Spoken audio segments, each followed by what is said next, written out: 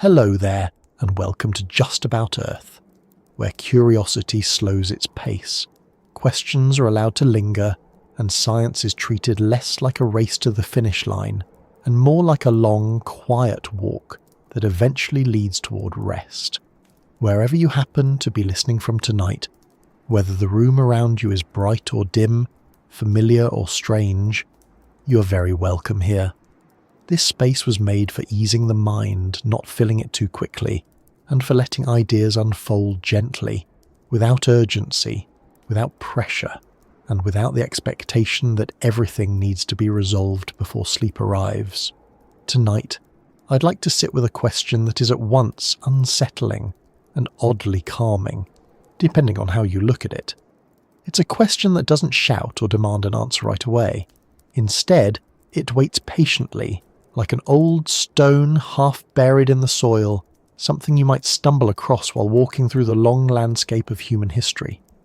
The question is this: what if every civilization is just another failed attempt? Not a tragedy in isolation, not a unique disaster, but one repetition in a very long pattern.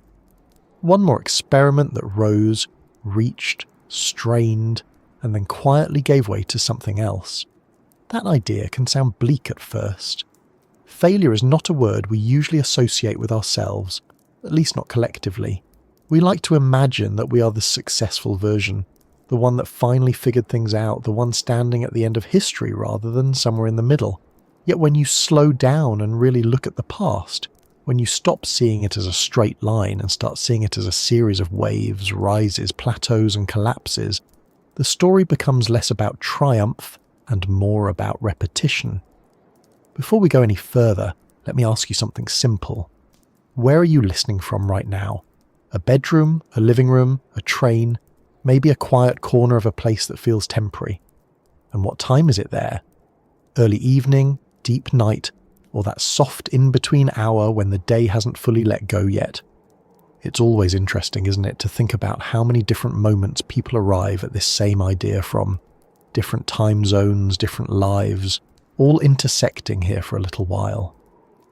If you find this kind of slow exploration soothing, or if you enjoy letting big ideas drift by without having to grab onto them too tightly, then you're always welcome to like the video or subscribe. It helps this calm corner reach others who might be looking for the same kind of quiet curiosity. There's no rush though. Nothing here needs immediate action. You can simply listen and let the thoughts pass through. Now, let's begin easing into the question itself without forcing it to do anything dramatic right away. When we talk about civilizations, we often picture something solid and permanent. Cities made of stone, laws carved into tablets, stories written down so they can outlast the people who first told them. We imagine permanence because we want it. The idea that something we build could endure beyond our own brief lives is comforting.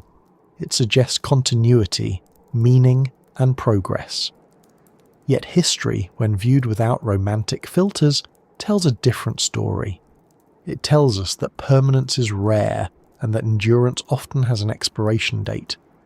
Consider how many civilizations once believed they had reached a kind of stability that would last forever. They had agriculture, trade networks, systems of governance, religious traditions, and explanations for the universe that felt complete enough. From inside those societies, the future likely looked predictable. Tomorrow would resemble today. Next year would resemble this year. The idea that the entire structure could unravel would have seemed distant, even absurd.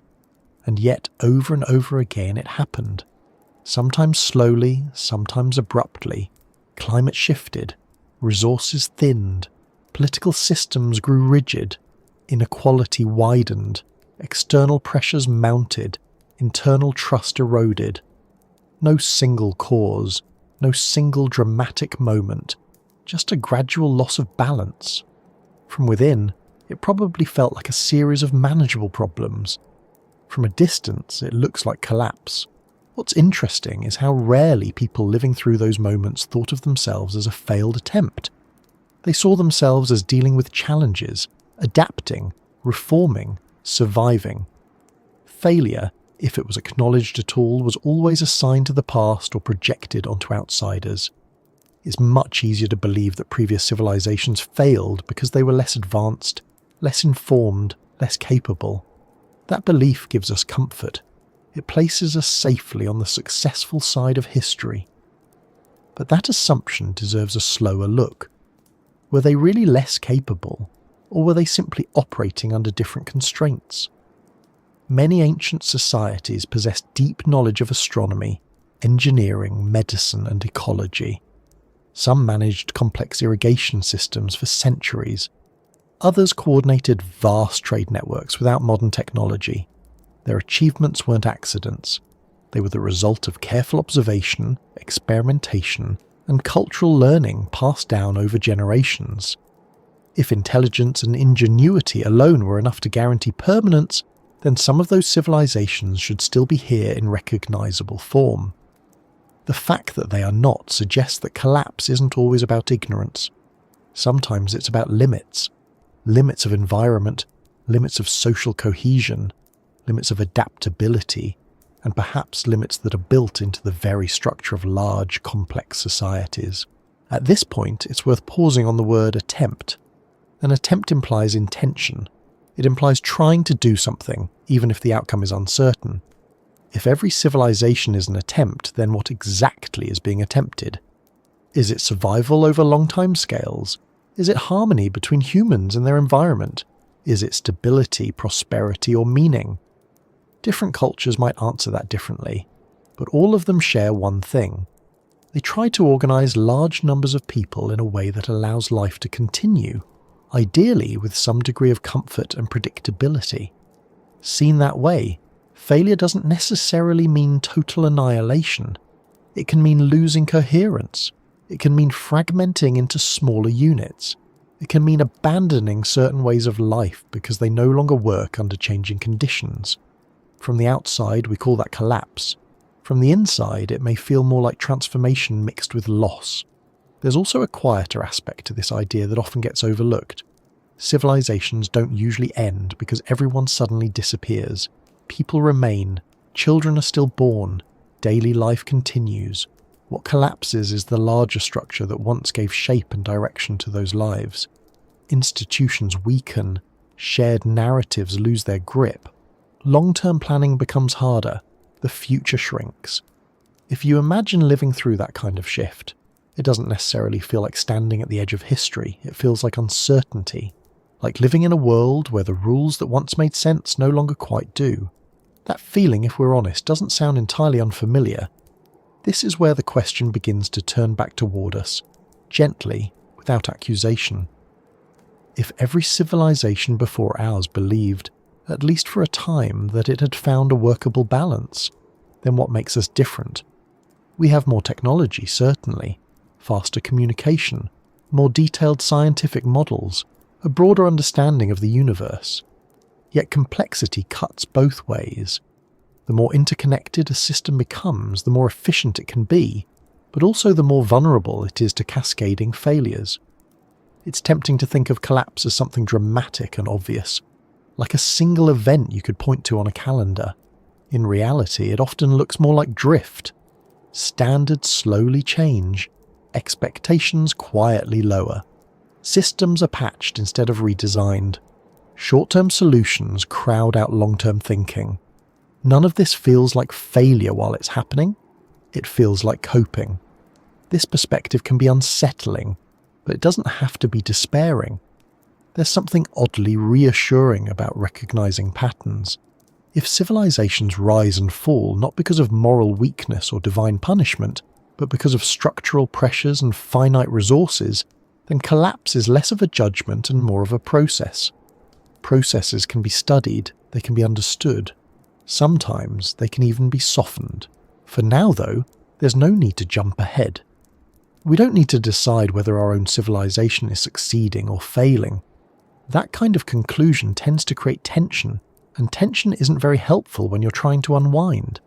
Instead, it's enough to sit with the idea that history may not be a ladder with a clear top, but a long series of loops, each one shaped by different conditions, each one leaving traces behind. Those traces are everywhere, even if we don't always notice them. Beneath modern cities lie older ones. Beneath those, older still. Layers of attempts, each built on the remnants of the last. Roads follow ancient paths. Borders echo forgotten boundaries. Stories we tell ourselves today are often revisions of much older ones. As you let that thought settle, you might notice it changes the way the present feels. Instead of standing at the end of time, we begin to feel like participants in something ongoing. Not the final chapter, not the ultimate solution, but one more iteration in a very long experiment. That doesn't make individual lives smaller. If anything, it places them in a broader context, one where meaning doesn't depend on permanence. It's a curious thing, how often people living in the present come to believe they are standing at the finish line of history. Not always in an explicit way, not usually announced out loud, but quietly assumed.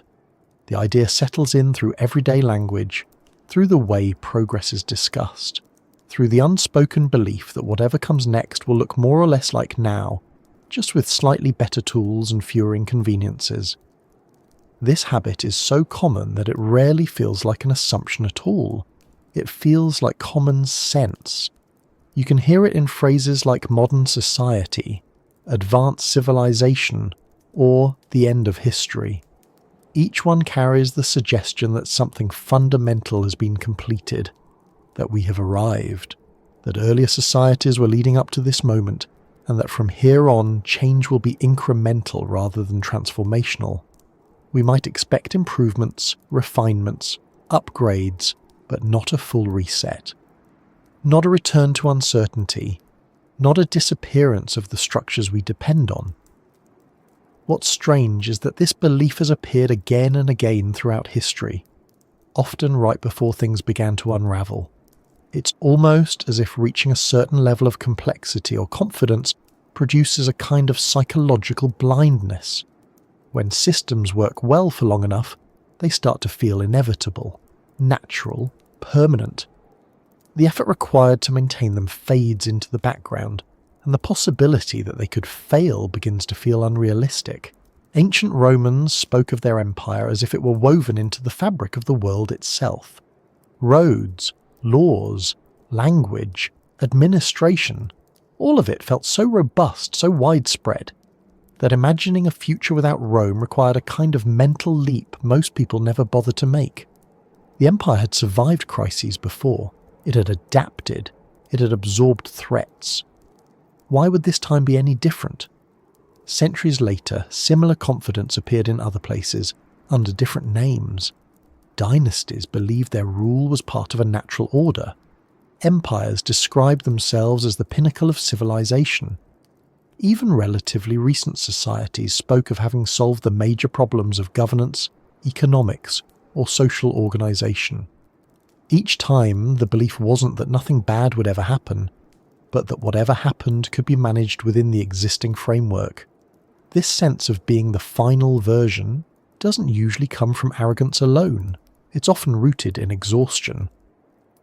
After generations of struggle, reform, conflict and rebuilding, there's a deep human desire to believe that the hard work is mostly done, that the system now in place is stable enough to carry the future without constant reinvention. It's comforting to think that children will inherit something solid rather than fragile. Yet history suggests that fragility doesn't announce itself clearly. It hides behind success. The more elaborate a civilization becomes, the more layers it adds, the more specialized its systems grow, the harder it becomes to see the whole picture. People understand their own roles very well, but fewer understand how everything connects. When problems arise, they're addressed locally, compartment by compartment, rather than as signals of systemic strain. There's also the way time distorts perspective. When you live inside a civilization, you experience it day by day. Small changes feel manageable. Gradual declines don't register as declines at all. They feel like normal variation. It's only in hindsight, looking back across centuries, that patterns become obvious. From the inside, the idea that this is the final form feels reasonable because nothing dramatic seems to be happening all at once. Another factor is comparison. Every civilization tends to define itself against what came before.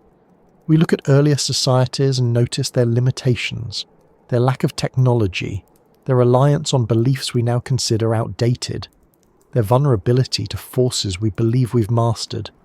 By focusing on what they didn't have, we convince ourselves that we are fundamentally different, smarter, safer, more resilient. What's often overlooked is that future observers may do the same to us. They may look back and marvel at our blind spots, our assumptions, the risks we normalized. They may see patterns we're too close to notice, just as we struggle to imagine how a society could function without electricity or digital communication. They may struggle to imagine how we ever thought certain arrangements were sustainable. There's a subtle psychological comfort in believing that history has a direction and that it points toward us. It turns chaos into narrative. Instead of countless attempts, missteps, and adaptations, we get a story of progress with a clear trajectory. That story reduces anxiety. If we are the culmination, then the future is an extension of the present, not a leap into the unknown. This belief shows up not only in grand theories, but in everyday planning. Economic models often assume continuity. Political systems are built on the expectation that core institutions will persist. Infrastructure is designed with long lifespans in mind, not because collapse is impossible, but because imagining it feels impractical. Planning for the end of a system can feel like admitting failure in advance. It's also reinforced by education. History is frequently taught as a sequence of completed eras leading up to now. Ancient times, medieval times, early modern times, modern times. The labels themselves suggest progression toward a present that stands apart. Rarely do we frame our own era as something provisional, temporary, or incomplete. We study past collapses as finished stories, not as mirrors. Even scientific thinking, which prides itself on skepticism, isn't immune. Scientific revolutions are often recognized only after they happen. Before that, prevailing theories feel settled. Questions feel answered. Anomalies are treated as minor details to be resolved later. Only in retrospect does it become clear that an entire framework was on the verge of being replaced. This habit of thinking we're the final version also affects how we respond to warnings. When early signs of strain appear, environmental, social, economic, they're often interpreted as problems to be optimized away, not as indicators that the underlying system might need fundamental change. The assumption is that the system itself is sound, and only its implementation needs adjustment. That assumption can be powerful. It allows societies to function without constant fear. It encourages investment, cooperation, and long-term projects. Without some belief in continuity, it would be difficult to build anything at all. Yet when that belief hardens into certainty, it becomes a liability. It narrows the range of futures we're willing to consider. There's also an emotional dimension. Accepting that our civilization might not be the final version forces us to confront impermanence on a collective scale. Not just personal mortality, but cultural mortality. Languages fade, institutions dissolve, knowledge is lost or transformed. For many people, that idea feels destabilizing. It challenges the sense that our efforts contribute to something enduring. So instead, we lean into the idea of permanence. We preserve monuments. We archive data. We speak of legacy. These are understandable impulses. They reflect care, not denial. But they can coexist with a deeper assumption that the structure supporting those efforts will remain intact long enough for them to matter in the way we intend. Interestingly, some of the strongest beliefs in being the final version arise during periods of rapid advancement. When technology changes quickly, when standards of living improve within a generation, it creates the impression that progress is accelerating towards some stable endpoint. The faster things improve, the harder it is to imagine reversal, yet acceleration can mask vulnerability. Systems optimized for efficiency often sacrifice redundancy. Global supply chains become tightly coupled. Information spreads faster than reflection. Decisions made in one place ripple outward almost instantly. These features can feel like strength, but they also reduce tolerance for disruption. The habit of seeing ourselves as the final version also influences how we imagine the future. Popular visions tend to extend current trends outward.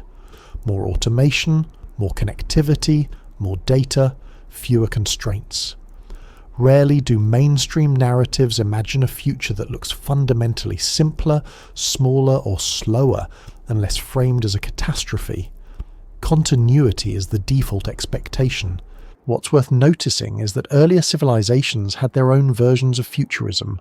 They imagined endless prosperity, divine protection, or cosmic order guaranteeing stability. Those beliefs served similar functions. They reduced uncertainty. They justified existing hierarchies. They made the present feel anchored. From a distance, we can see how those beliefs failed to account for changing conditions. From inside, they felt reasonable, necessary even. The same may be true now. Our confidence might not be foolish. It might simply be incomplete. None of this means that collapse is inevitable or imminent. History doesn't operate on a fixed schedule. Attempts can last for centuries, sometimes millennia. They can adapt in ways that surprise even their own participants. Recognizing the pattern doesn't require predicting an outcome. It simply invites humility. There's a quieter alternative to the idea of being the final version.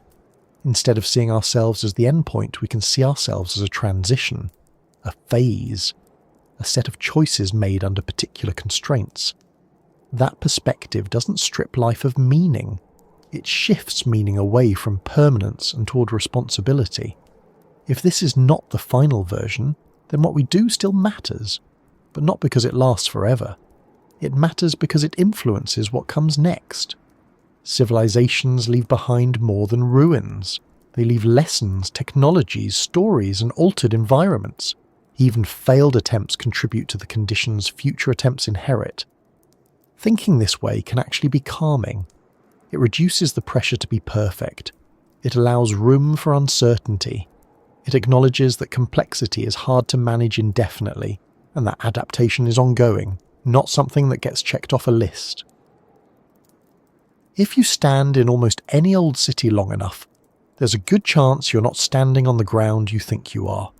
Beneath the pavement, beneath the foundations of modern buildings, beneath the pipes, cables, and layers of concrete, there is often another city. And beneath that, sometimes another still. Streets built over streets, walls buried and forgotten, homes collapsed, repurposed, paved over, and quietly absorbed into what came next. Most of the time, people walk across these layers without any awareness of what's below them. Not because the past is hidden especially well, but because daily life rarely asks us to look down that far. Archaeologists know this feeling intimately. Every dig begins with the assumption that the present is only the topmost layer. Beneath it lies evidence of other attempts to organize life, to make sense of the world, to build something that felt solid at the time. Broken pottery, worn tools, collapsed walls, food remains, waste pits, foundations that once supported roofs and conversations and ordinary days. These remains are not dramatic on their own. They are quiet, mundane, and that is precisely what makes them unsettling. Ruins are often imagined as distant, exotic things. Sunlit temples half swallowed by jungle, stone arches rising from desert sand, romantic images that feel safely removed from everyday life. But the truth is much closer and less theatrical. Many ruins sit directly beneath modern infrastructure. Ancient roads under highways, burial sites beneath parking lots, forgotten neighbourhoods under shopping centres. The past isn't far away, it's compacted. What's interesting is not just that these layers exist, but how little they intrude on our awareness. Most people don't spend their days thinking about the civilizations that occupied the same ground centuries earlier. Not because those civilizations were insignificant, but because forgetting is practical. To function in the present, attention has to stay focused on what's immediately relevant. The past becomes background noise unless something forces it forward. This selective forgetting isn't accidental. It's built into how societies maintain continuity. If every generation felt the full weight of all previous failures beneath its feet, it would be difficult to feel confident enough to build anything at all. Forgetting allows renewal. It creates the illusion of a clean slate even when one doesn't truly exist. Cities are particularly good at this. They are designed to overwrite. When a building becomes unsafe, it's demolished. When a neighbourhood declines, it's redeveloped. Old uses are erased and replaced with new ones, often with little ceremony. The logic is efficiency. Why preserve what no longer serves a purpose? Why dwell on structures that fail to endure? Yet those buried layers remain. They influence soil composition. They shape the layout of streets. They determine where foundations can and cannot be placed. The past continues to exert quiet pressure on the present, even when no one is consciously acknowledging it. In that sense, forgetting is never complete. It's more like suppression. There's a psychological parallel here. Just as cities build over their own ruins, civilizations tend to build narratives that emphasize continuity and success while smoothing over collapse and decline. We remember golden ages. We remember innovations. We remember moments of expansion. What fades more easily are the slow failures, the compromises, the warning signs that went unheeded. This kind of forgetting is comforting. It allows societies to see themselves as coherent stories rather than messy sequences of trial and error. It creates heroes instead of processes, causes instead of conditions. When collapse is framed as the result of invasion, corruption, or a single bad decision, it feels containable. Avoid the mistake, defeat the enemy, fix the flaw, and everything will be fine.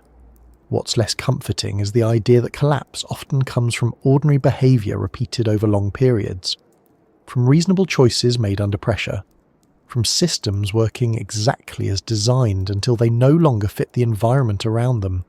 That version of history doesn't lend itself to neat lessons. It suggests that good intentions are not enough, and that success can quietly carry the seeds of its own undoing. Walking over ruins without noticing them mirrors how people live within systems without noticing their fragility.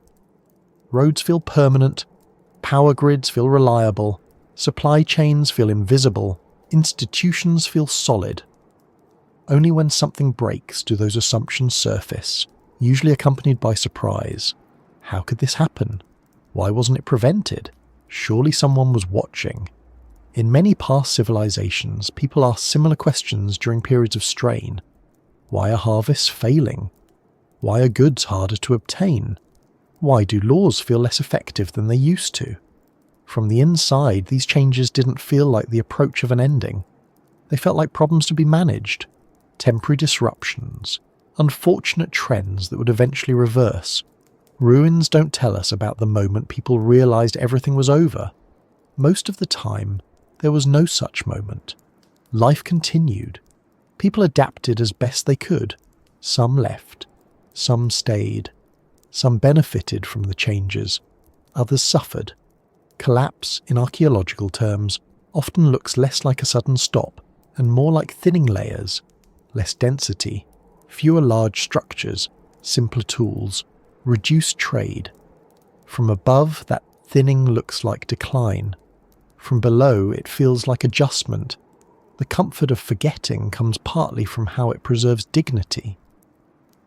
Remembering past civilizations primarily through their achievements allows us to admire them without confronting their endings too closely. We visit ruins as tourists, not as descendants of failure. The broken columns are beautiful. The fallen walls are picturesque. Time has softened them enough to make them safe. But when ruins are closer, when they belong to cultures that feel less distant, the discomfort grows. Abandoned factories, empty towns, rusting infrastructure. These don't feel romantic. They feel like warnings. They force a recognition that systems can fail within living memory, that decline is not reserved for the ancient world. Even then, there's a tendency to frame these failures as local or temporary. This town declined because of economic shifts. That industry collapsed because of technological change. Those explanations are true, but they also maintain distance. They imply that the broader system remains intact, that the failure is contained. What archaeology quietly suggests is that containment is often an illusion. Local failures accumulate. They stress connected systems. They change behaviour. Over time, the pattern becomes widespread enough to reshape the entire structure. By the time it's recognised as a civilization-level issue, options are limited. Forgetting helps delay that recognition. It keeps attention on immediate solutions rather than systemic ones. It allows people to believe that the past is resolved, that its failures are lessons already learned. Yet many of those lessons are only partially understood, filtered through modern assumptions about progress and superiority. Consider how often past collapses are explained by moral weakness, decadence, corruption, loss of values. These explanations are appealing because they imply control. Be more virtuous, more disciplined, more vigilant, and collapse can be avoided. What they often overlook are material constraints, soil depletion, resource exhaustion, climate shifts, trade dependencies, factors that do not respond to moral reform. The ruins beneath our feet are rarely monuments to immorality. They are monuments to adaptation that reached its limits. There's another reason forgetting is comforting. It preserves identity. If we fully acknowledge that our own systems might one day be buried in the same way, it would challenge the sense of permanence many people rely on. It would raise questions about legacy, purpose, and what exactly is being built for the future. So instead, societies tend to externalize collapse. It happened to them, over there, back then, under different conditions. The present is framed as fundamentally different, more advanced, better informed, better prepared. This belief is reinforced by the very act of uncovering ruins. Archaeology can unintentionally support the idea that collapse belongs to the past. We study it, we categorize it, we place it behind museum glass. The distance makes it feel resolved, something that can be analysed without implicating the present too deeply. Yet the more closely researchers study these layers, the more familiar the patterns become. Not identical, but recognisable. Overexpansion, complexity outpacing adaptability, systems optimised for stability becoming brittle. These are not ancient problems, they are recurring ones. There's something quietly humbling about realising that many people who lived above those buried layers likely felt much as we do now. Busy, concerned with daily tasks, aware of challenges but not overwhelmed by them, confident that tomorrow would look roughly like today. They were not waiting for history to end. They were living inside it. The ground beneath modern cities doesn't feel unstable because the weight of forgetting is heavy enough to smooth it out. Roads don't buckle under memory. Buildings don't lean because of what they're built upon. Forgetting, in this sense, functions like structural reinforcement. It allows new layers to rise without constantly confronting what lies below, but reinforcement has limits. Over time, buried structures can weaken foundations. Hidden cavities can cause collapse. Unexamined assumptions can do the same at a societal level.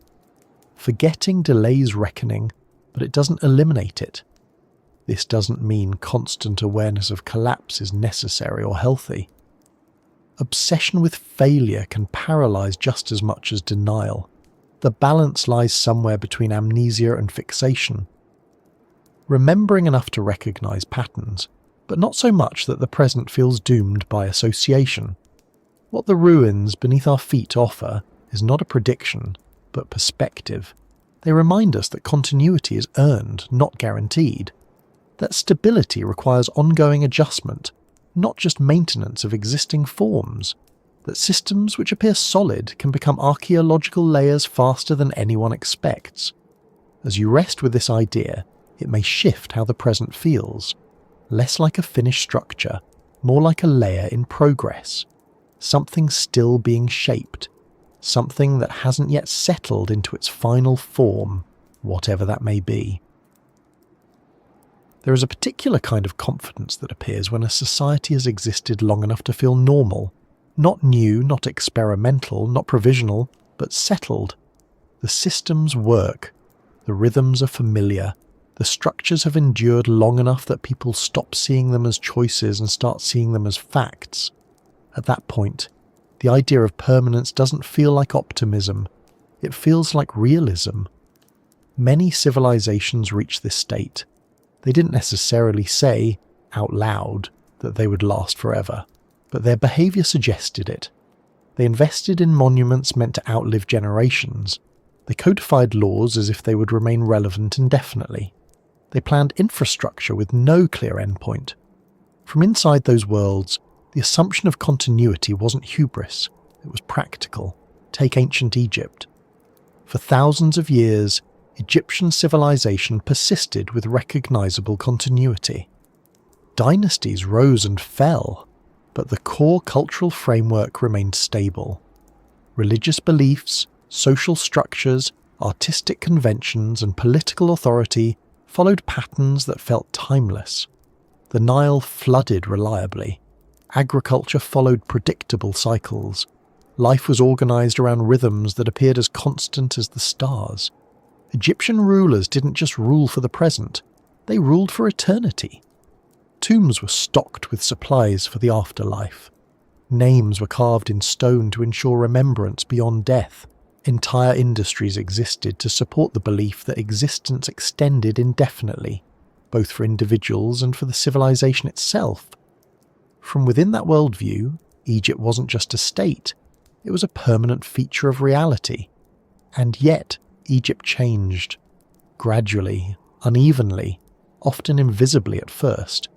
External pressures grew, internal cohesion weakened, power shifted. What felt eternal turned out to be long-lasting but not infinite. The civilization didn't vanish overnight, but its centrality faded. Its language changed. Its gods were replaced. Its authority dissolved into history. From a distance, it's easy to say that no civilization can truly be eternal. From inside, eternity feels less like a claim and more like an absence of alternatives. When something has always been there, imagining it not being there requires a kind of conceptual effort most people never need to make. The Roman Empire offers another example. Rome expanded gradually, absorbing territories, laws, and cultures into an increasingly complex system. Roads connected distant regions. Trade flowed across continents. Roman law standardized governance. Latin spread as a shared language of administration. For centuries, Rome was not just powerful, it was normal. Citizens of the empire lived their entire lives under Roman authority without ever seeing its limits. Taxes were collected, armies marched, grain arrived, law courts functioned. The system endured crises, rebellions, and political upheaval, but it survived them all. That survival reinforced the belief that Rome could adapt to anything. Even as cracks appeared, inflation, political instability, overextended borders, most people did not experience a clear sense of impending collapse. They experienced inconvenience, insecurity, decline in certain standards. But life went on. The idea that the empire itself could cease to exist was difficult to hold in the mind.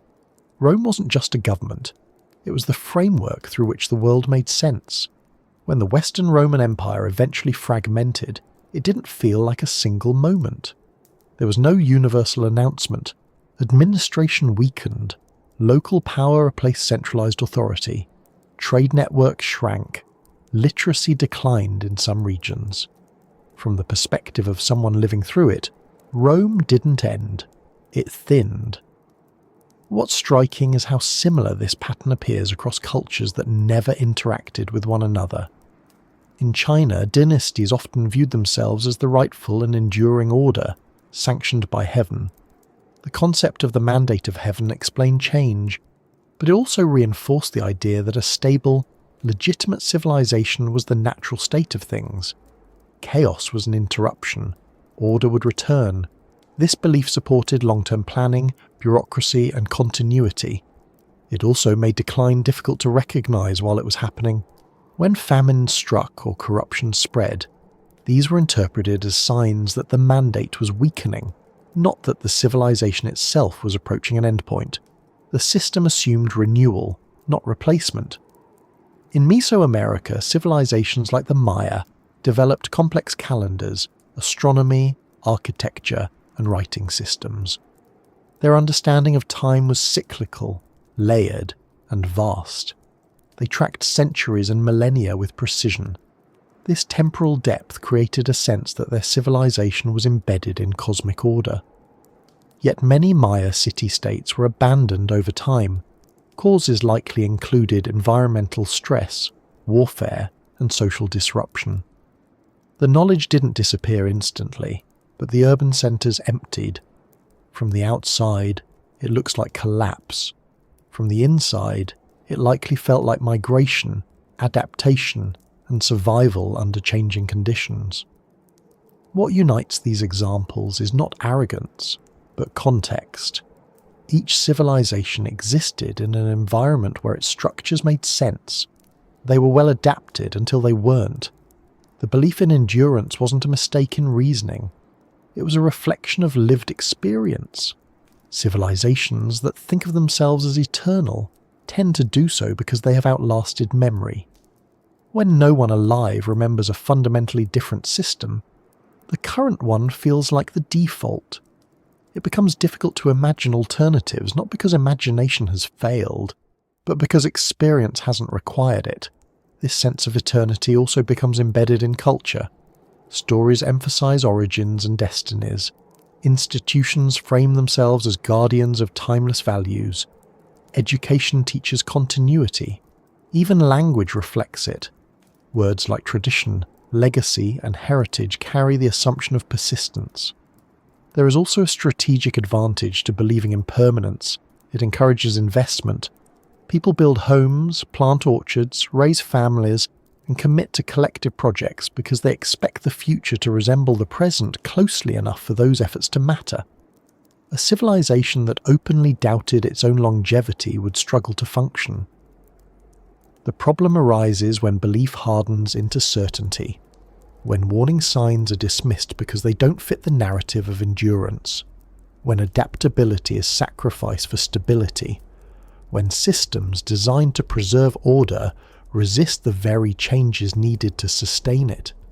One of the most revealing aspects of civilizations that believe themselves eternal is how they responded to early stress. Often the response was not transformation, but reinforcement. Stronger borders, more laws, increased extraction of resources, greater emphasis on tradition. These measures can work in the short term. They restore familiar patterns. They reassure. Over time, though, reinforcement without adaptation increases rigidity. Systems lose flexibility. Margins for error shrink. When change finally becomes unavoidable, the system is less capable of absorbing it.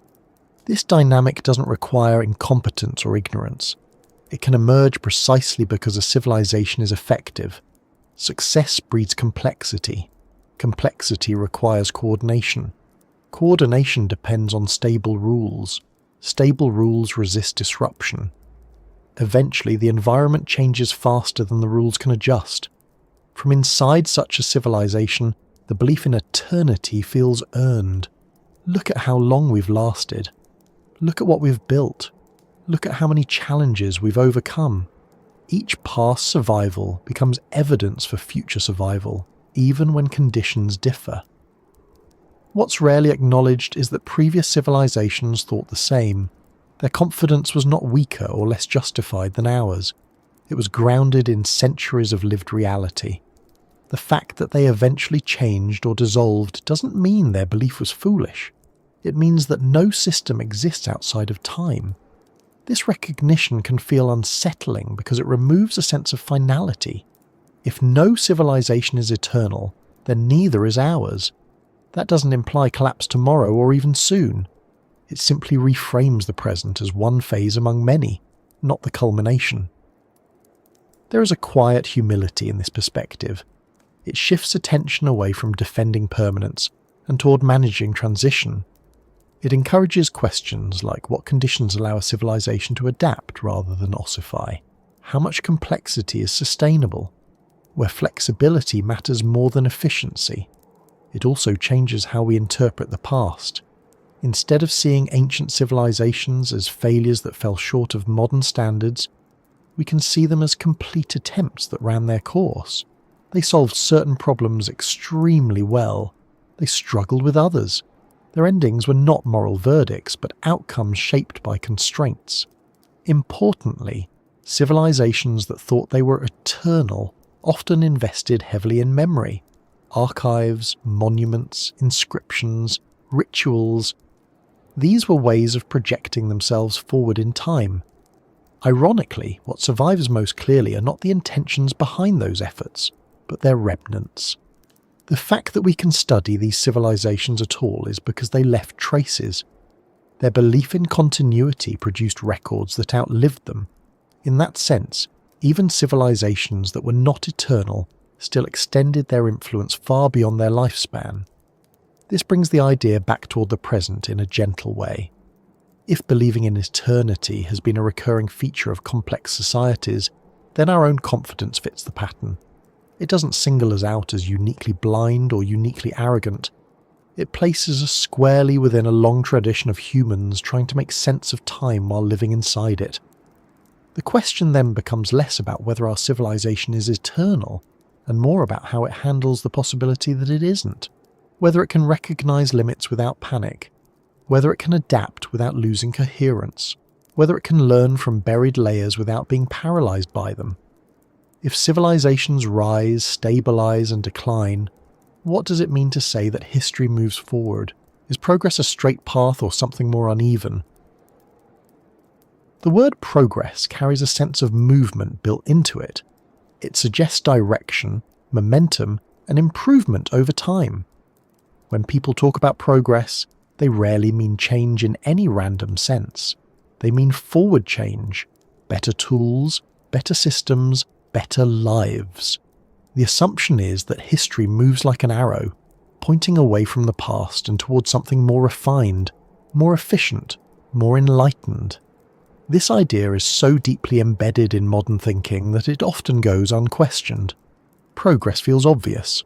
Look around and compare now to centuries ago.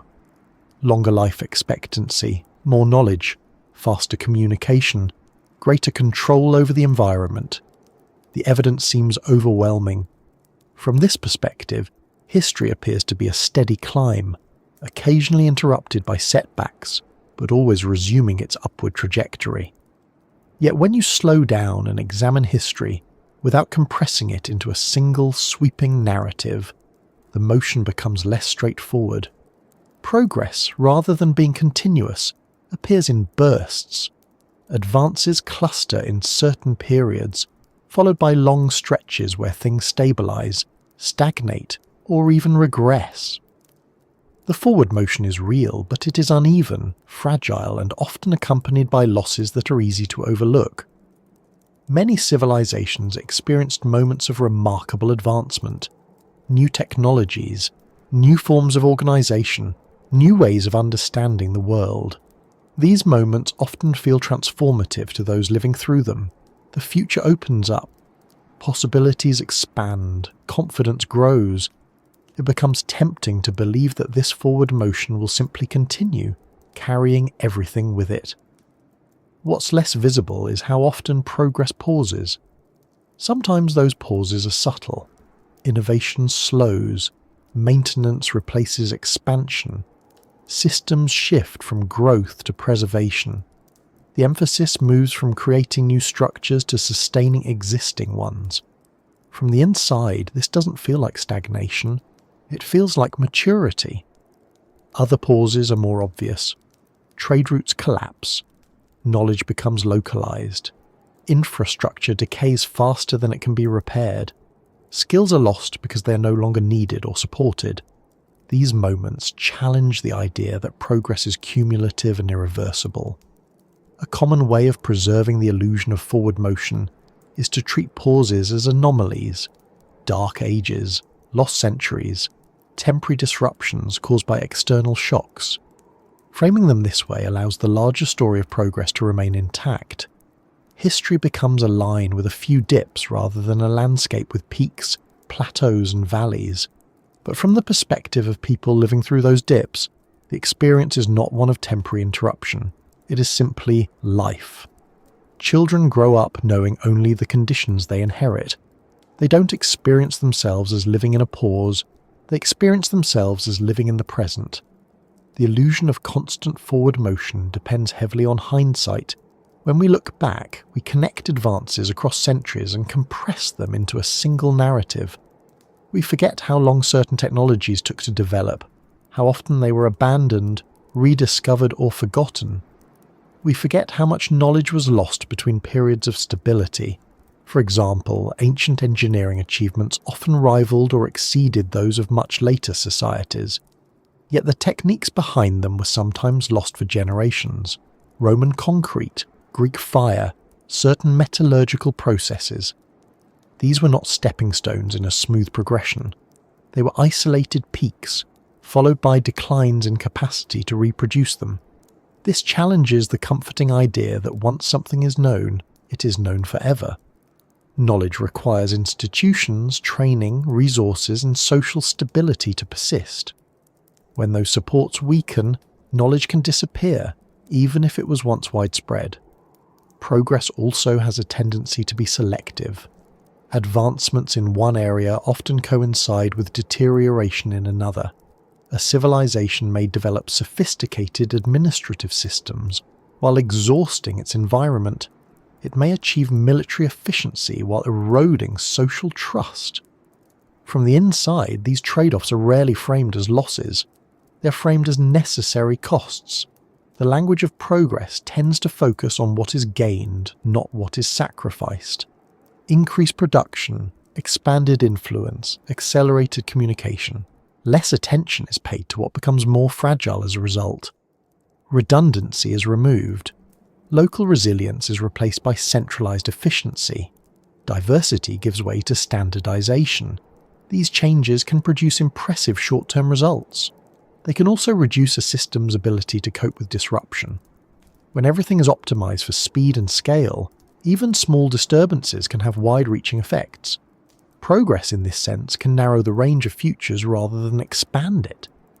There is also the question of perspective. Progress looks different depending on where you stand. What feels like advancement for one group may feel like loss for another. Empires often describe themselves as bringing progress to conquered regions. Roads, laws, trade, order. For those at the centre, the narrative made sense. For those displaced, exploited or marginalised, progress looked very different. When we evaluate historical progress, we tend to adopt the perspective of those whose records survived. Written histories, monuments, and archives reflect the views of elites more often than those of ordinary people. This skews the picture. The forward motion we see may be real for some, but not for all. Another aspect of the illusion lies in scale. Over very long periods, humanity as a whole has accumulated knowledge and capability. That's difficult to deny. But civilizations are not humanity as a whole. They are localized, organized systems with specific boundaries. Progress at the species level does not guarantee progress at the civilizational level. A civilization can collapse while humanity continues. Skills and ideas may survive elsewhere, or re-emerge later. From the perspective of the collapsed society, progress has not carried them forward. It has bypassed them. This distinction matters because it affects how civilizations understand their own place in history. When a society identifies itself too closely with the idea of progress, it risks assuming that its continuation is synonymous with advancement itself. That assumption makes it harder to imagine scenarios where progress continues without the current structure. Pauses, then, become threatening. They challenge identity. If progress stalls, what does that say about the civilization?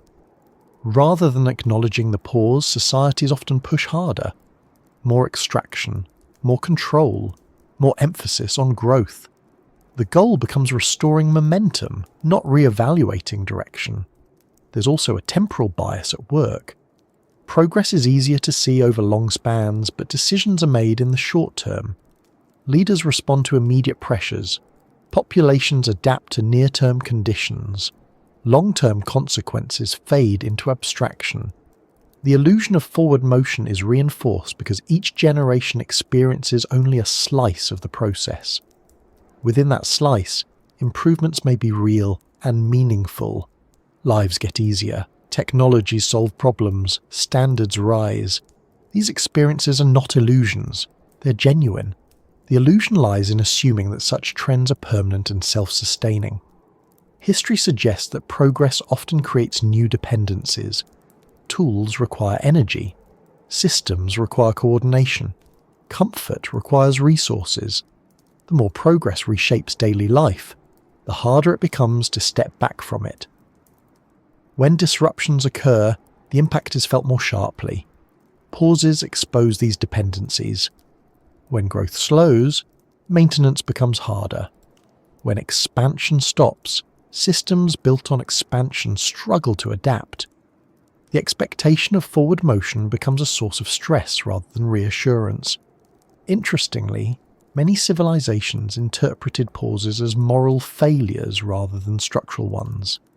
Decline was attributed to laziness, decadence, or loss of virtue. These explanations preserved the idea that progress was still available, if only people behaved correctly. Structural limits remained unexamined. This pattern repeats because it aligns with human psychology.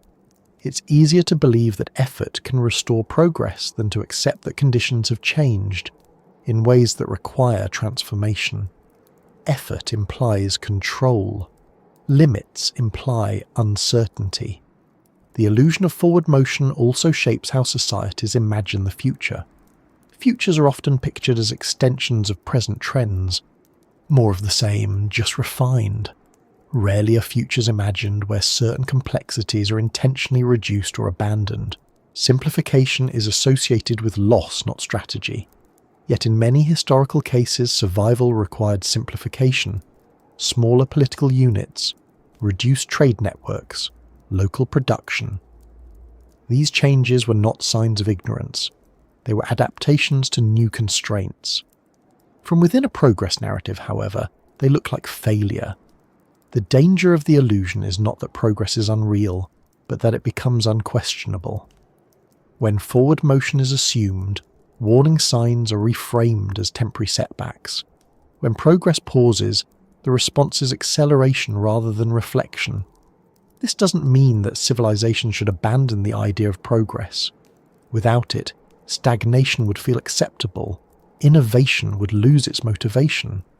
The issue lies in confusing progress with inevitability. Progress happens because of choices, conditions, and trade-offs. It can slow, reverse, or change direction. Seeing history as a series of attempts rather than a single march allows pauses to be understood differently. A pause is not necessarily failure. It may be feedback, a signal that existing strategies are no longer aligned with reality. From this perspective, forward motion is not a guarantee. It is a fragile achievement that must be constantly renegotiated. Each generation inherits momentum, but also inherits constraints created by previous advances. As this idea settles, it naturally raises another question. If progress is uneven and often punctuated by pauses, what happens when knowledge itself reaches a peak and then begins to fade? There is a common assumption that knowledge once discovered is permanently secured. Written down, recorded, stored, and passed along, it feels safe. The idea that understanding could simply vanish seems implausible, almost irresponsible. After all, knowledge is not a physical object that can be burned or broken so easily. It lives in texts, tools, traditions, and skills. it feels resilient. History tells a quieter, more complicated story. Knowledge does not disappear all at once. It thins, it narrows, it becomes harder to access. The people who once practiced it retire or die. The institutions that supported it weaken. The materials needed to apply it become scarce. Eventually, what was once common expertise becomes specialized, then obscure, then forgotten. This process rarely feels dramatic to those living through it. From the inside, it feels like prioritization. Certain skills matter less now. Certain texts are no longer copied. Certain techniques are replaced by simpler ones that require fewer resources or less coordination. No one declares the end of knowledge. It just grows quieter. Many civilizations reached points where their accumulated understanding was remarkably advanced. Mathematics, astronomy, medicine, engineering, agriculture, and governance all developed to levels that supported complex societies. These achievements did not emerge suddenly. They were the result of long chains of observation, experimentation, correction, and teaching. Each generation added small refinements, often without realizing the scale of what they were contributing to. At their peaks, these systems of knowledge felt stable. There were schools, apprenticeships, libraries, and traditions. Expertise was embedded in daily life. Builders knew how to construct durable structures. Farmers understood seasonal patterns. Navigators read the sky. Healers practiced medicine grounded in accumulated experience. Knowledge felt woven into the fabric of society. What often changed was not the value of that knowledge, but the ability to sustain it. Knowledge requires maintenance. Texts must be copied. Teachers must be supported. Tools must be produced. Training takes time. All of this depends on surplus, stability, and coordination. When those conditions weaken, knowledge becomes vulnerable. The loss rarely starts at the top. Highly specialized or theoretical knowledge may survive longer because it is valued by elites or institutions. What fades first is often practical expertise that depends on continuous use. If certain buildings are no longer constructed, the techniques used to build them are no longer practiced. If long-distance trade declines, navigation skills atrophy. If medical systems shrink, treatments are simplified. This kind of loss is easy to miss because life continues. People adapt. They solve problems with the tools available. The absence of former capabilities does not feel like loss if no one expects them to exist. A generation that never learned a certain technique does not mourn its disappearance. It simply builds differently. Consider ancient engineering feats that were admired even centuries later. Large-scale stone construction, durable concrete, complex water management systems. These were not mysterious achievements created by superhuman minds. They were the result of sustained investment in training, materials, and institutional memory. When those supports eroded, the knowledge did not vanish overnight. It became impractical. Reproducing such feats required conditions that no longer existed. The workforce was unavailable. The economic incentives were gone. The administrative systems that coordinated labour had collapsed or transformed. Knowledge without context is not easily applied. Written records help, but they are not sufficient on their own. Instructions assume familiarity. Diagrams require interpretation. Many skills are tacit. They are learned by doing, not by reading. When apprenticeship chains break, written knowledge becomes cryptic. Eventually, texts become artifacts rather than manuals. Libraries are often cited as symbols of knowledge loss, fires, destruction, neglect. While these events are real and significant, they are not the whole story. Knowledge can survive intact in texts and still become unusable. A book written in a forgotten language might as well be blank. A technical manual without the tools it describes is a historical curiosity. Language itself plays a role. As languages change, meanings shift. Technical vocabulary loses precision. Concepts that once had clear definitions become ambiguous. Translators do their best, but nuance erodes. Over generations, the clarity of knowledge dulls. There is also a social dimension. Knowledge persists when it is valued. When social priorities change, what counts as useful knowledge changes with them. A society under pressure may prioritize immediate survival over long-term understanding. Education becomes more practical, then more basic. Eventually, some forms of knowledge are seen as luxuries. This does not imply a rejection of learning, it implies triage. When resources are limited, societies focus on what seems essential. Over time, this narrowing can significantly reduce the range of skills and understanding available. What's striking is how often knowledge peaks coincide with periods of stability and surplus. When food is abundant, trade is reliable, and governance is predictable, people have the capacity to explore, refine, and preserve complex ideas. When those conditions deteriorate, exploration gives way to preservation, and preservation gives way to simplification. The transition is rarely conscious. No one says, "We have reached the peak of knowledge and must now accept decline." Instead, people adjust to new realities. They teach fewer subjects. They maintain fewer systems. They focus on what works now. From the outside, historians describe these periods as declines or dark ages. From the inside, they are simply times of change. The label depends on perspective. It is also important to note that knowledge loss is not uniform. While some areas decline, others may advance. A civilization might lose architectural techniques while developing new agricultural practices. It might abandon long-distance navigation while refining local crafts. Knowledge shifts rather than disappears entirely.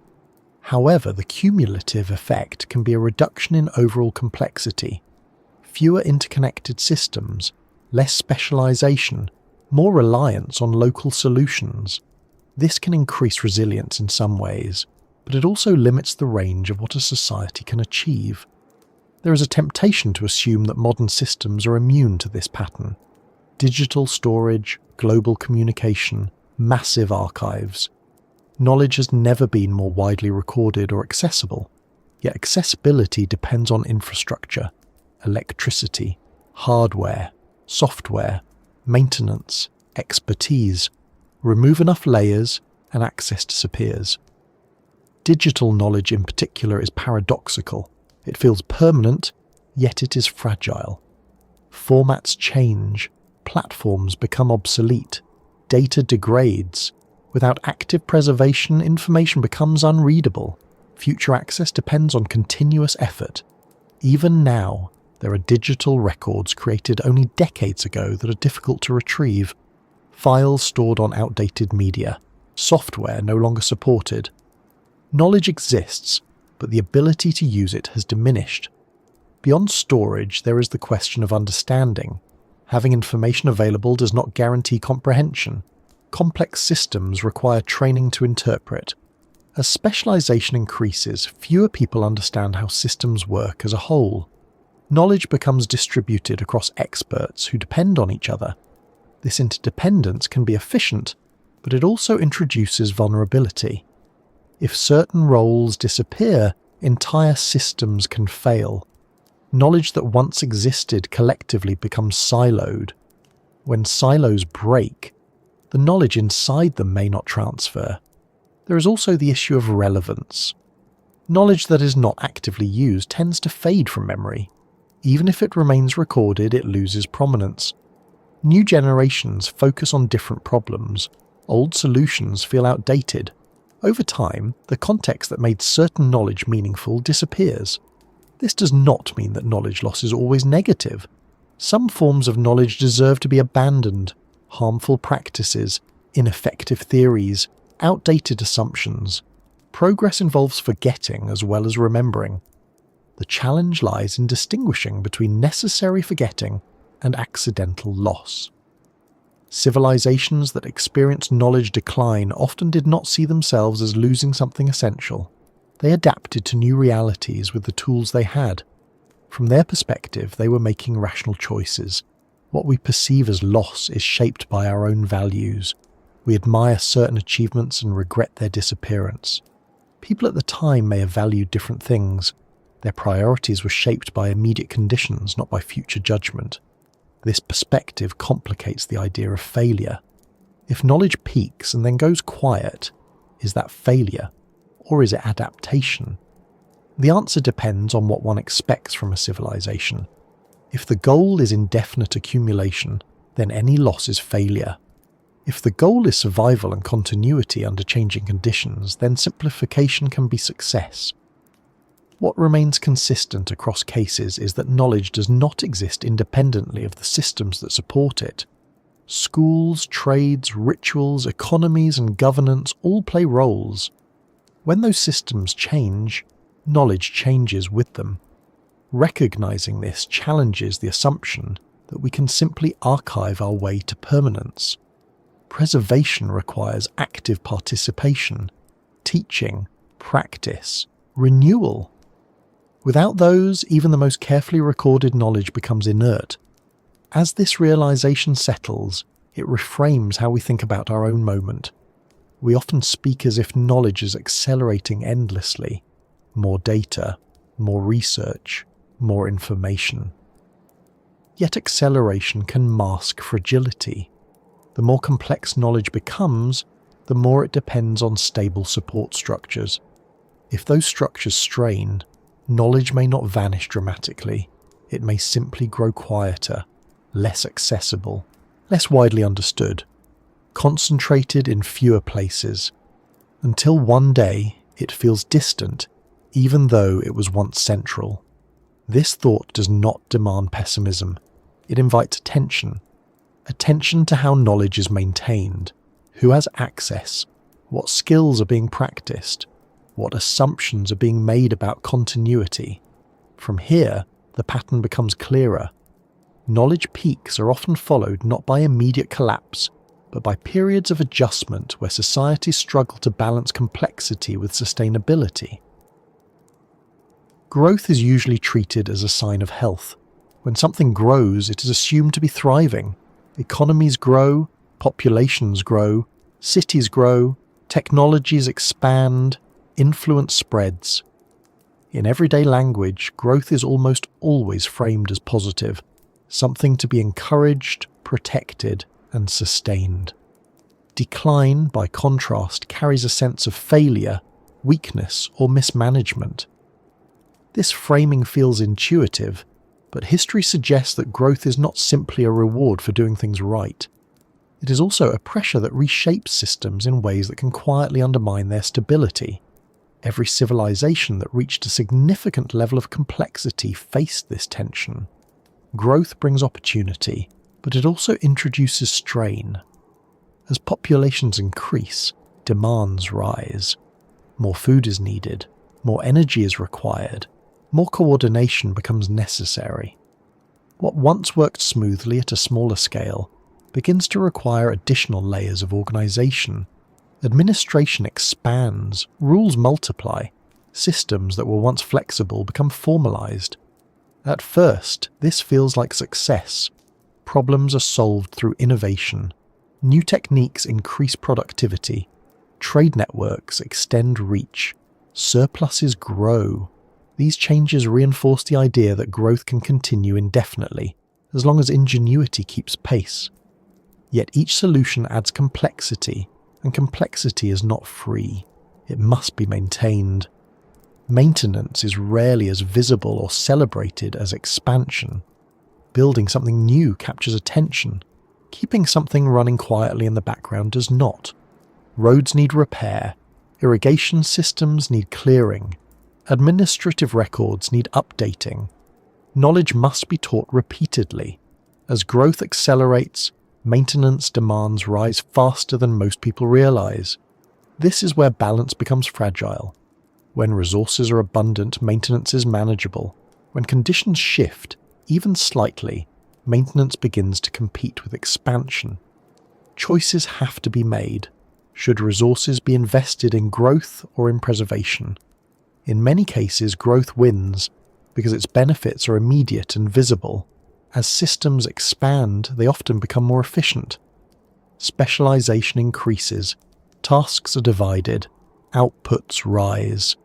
Efficiency, however, tends to reduce redundancy. There are fewer backups, fewer alternative pathways. Systems are optimized for normal conditions rather than for resilience. This works well until conditions are no longer normal. Environmental limits play a quiet but decisive role here. Soil fertility declines, water sources become strained, forests are depleted, fisheries are overused. At first, these pressures are offset by innovation. New lands are cultivated, new techniques are applied, trade fills gaps, growth continues. Eventually, though, expansion reaches boundaries that cannot be pushed without consequence. When resources are stretched thin, systems become sensitive to disruption. A drought that would once have been manageable becomes devastating. A political crisis interrupts trade. A disease spreads more easily through dense populations. From the inside, these stresses do not immediately suggest collapse. They suggest the need for adjustment, more extraction, more control, more enforcement. Growth is still seen as the solution, not the problem. If output is insufficient, the response is to produce more. If revenues fall, taxes increase. If unrest grows, authority tightens. These responses can stabilize a system temporarily. They can also deepen underlying fragility. Increased extraction accelerates resource depletion. Heavier taxation strains social trust. Centralized control reduces local flexibility. Each measure solves one problem while amplifying another. The balance between growth and collapse is rarely lost all at once.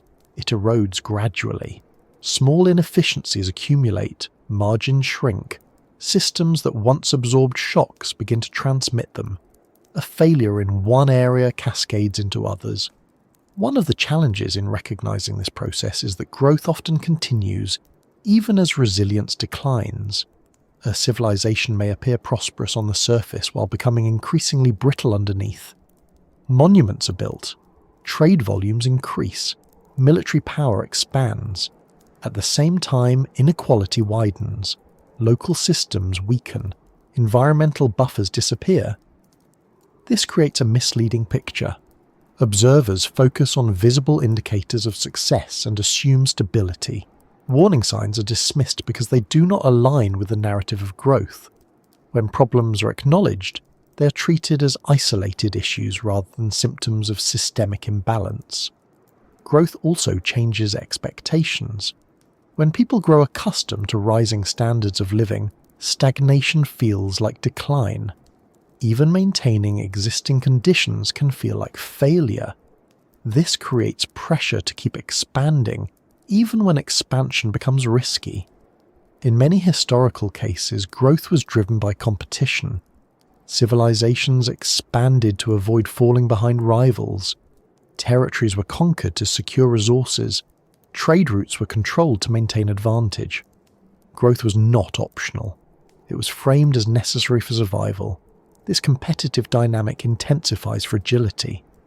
When growth becomes a defensive strategy, restraint feels dangerous. Choosing not to expand appears equivalent to weakness.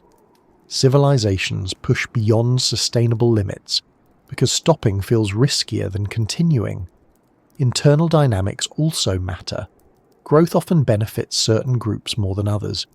Elites may gain disproportionate advantages. Wealth concentrates. Decision-making becomes detached from everyday experience. Policies favor short-term gains over long-term stability. As inequality grows, social cohesion weakens, trust erodes. People become less willing to cooperate or sacrifice for collective goals. Maintenance suffers. Informal support networks fray. The system relies increasingly on enforcement rather than consent. At this stage, collapse does not appear inevitable. It appears unlikely. The civilization has survived many challenges before. Its institutions are strong, its technologies are advanced, its leaders are confident. The belief in endurance persists, yet resilience depends less on strength than on flexibility. Systems that cannot adapt quickly enough to changing conditions struggle to recover from shocks. Growth-focused structures often lack that flexibility because they are optimized for scale, not adjustment. Historical collapses often reveal this pattern. A triggering event occurs, a drought, an invasion, a financial crisis, a pandemic. The event itself is not necessarily unprecedented. What changes is the system's ability to respond. Where once it absorbed stress, it now fractures. When growth has pushed systems close to their limits, there is little slack. Responses that once worked no longer suffice. Solutions require resources that are no longer available. Coordination breaks down. Trust falters. Collapse, in this sense, is not the opposite of growth. It is a consequence of growth that exceeded adaptive capacity. The same processes that enabled expansion create conditions for contraction when circumstances shift. This understanding complicates moral interpretations of collapse. It is tempting to assign blame, poor leadership, corruption, cultural decay. While these factors can play roles, they often operate within structural constraints shaped by growth itself. Civilizations rarely collapse because they stop trying. They collapse because their strategies for success stop working. The transition from growth to collapse is not a loss of effort, but a mismatch between methods and reality. There is also an important distinction between collapse and simplification. Not all contractions are catastrophic. Some societies adapt by reducing scale, smaller political units, localized economies, less specialization. These changes can restore balance at the cost of reduced complexity.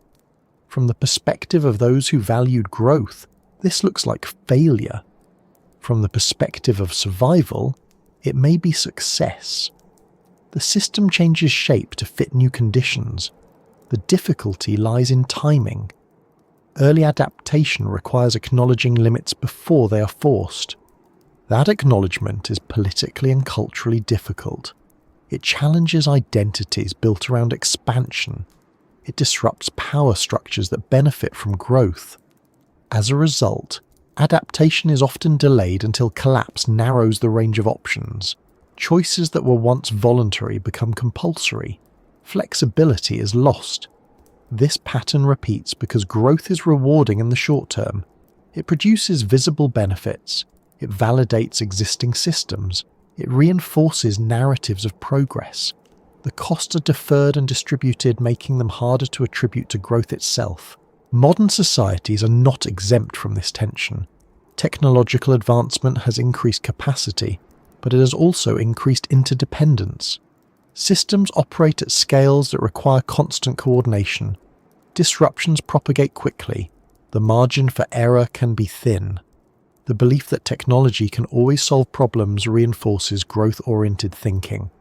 New solutions are expected to offset new pressures. This belief has often been justified. Innovation has repeatedly expanded limits. The question is not whether innovation works, but whether it can always work fast enough and at sufficient scale. Growth also reshapes relationships with the environment. Natural systems are treated as inputs. Feedback is delayed. Consequences appear distant. When thresholds are crossed, recovery can be slow or impossible. The balance between growth and collapse is therefore not a single point, but a dynamic process. It shifts continuously as conditions change. Civilizations that maintain balance do so not by eliminating growth, but by managing it carefully, by preserving buffers, by valuing maintenance, by accepting limits. History suggests that this is difficult to sustain over long periods. Success erodes caution. Complexity obscures risk. Short-term incentives dominate long-term planning. The fragile balance tilts gradually, often unnoticed. Understanding this does not require predicting collapse. It requires recognizing that growth is not a neutral force. It must be guided, constrained, and adapted. Without that, it becomes self-undermining.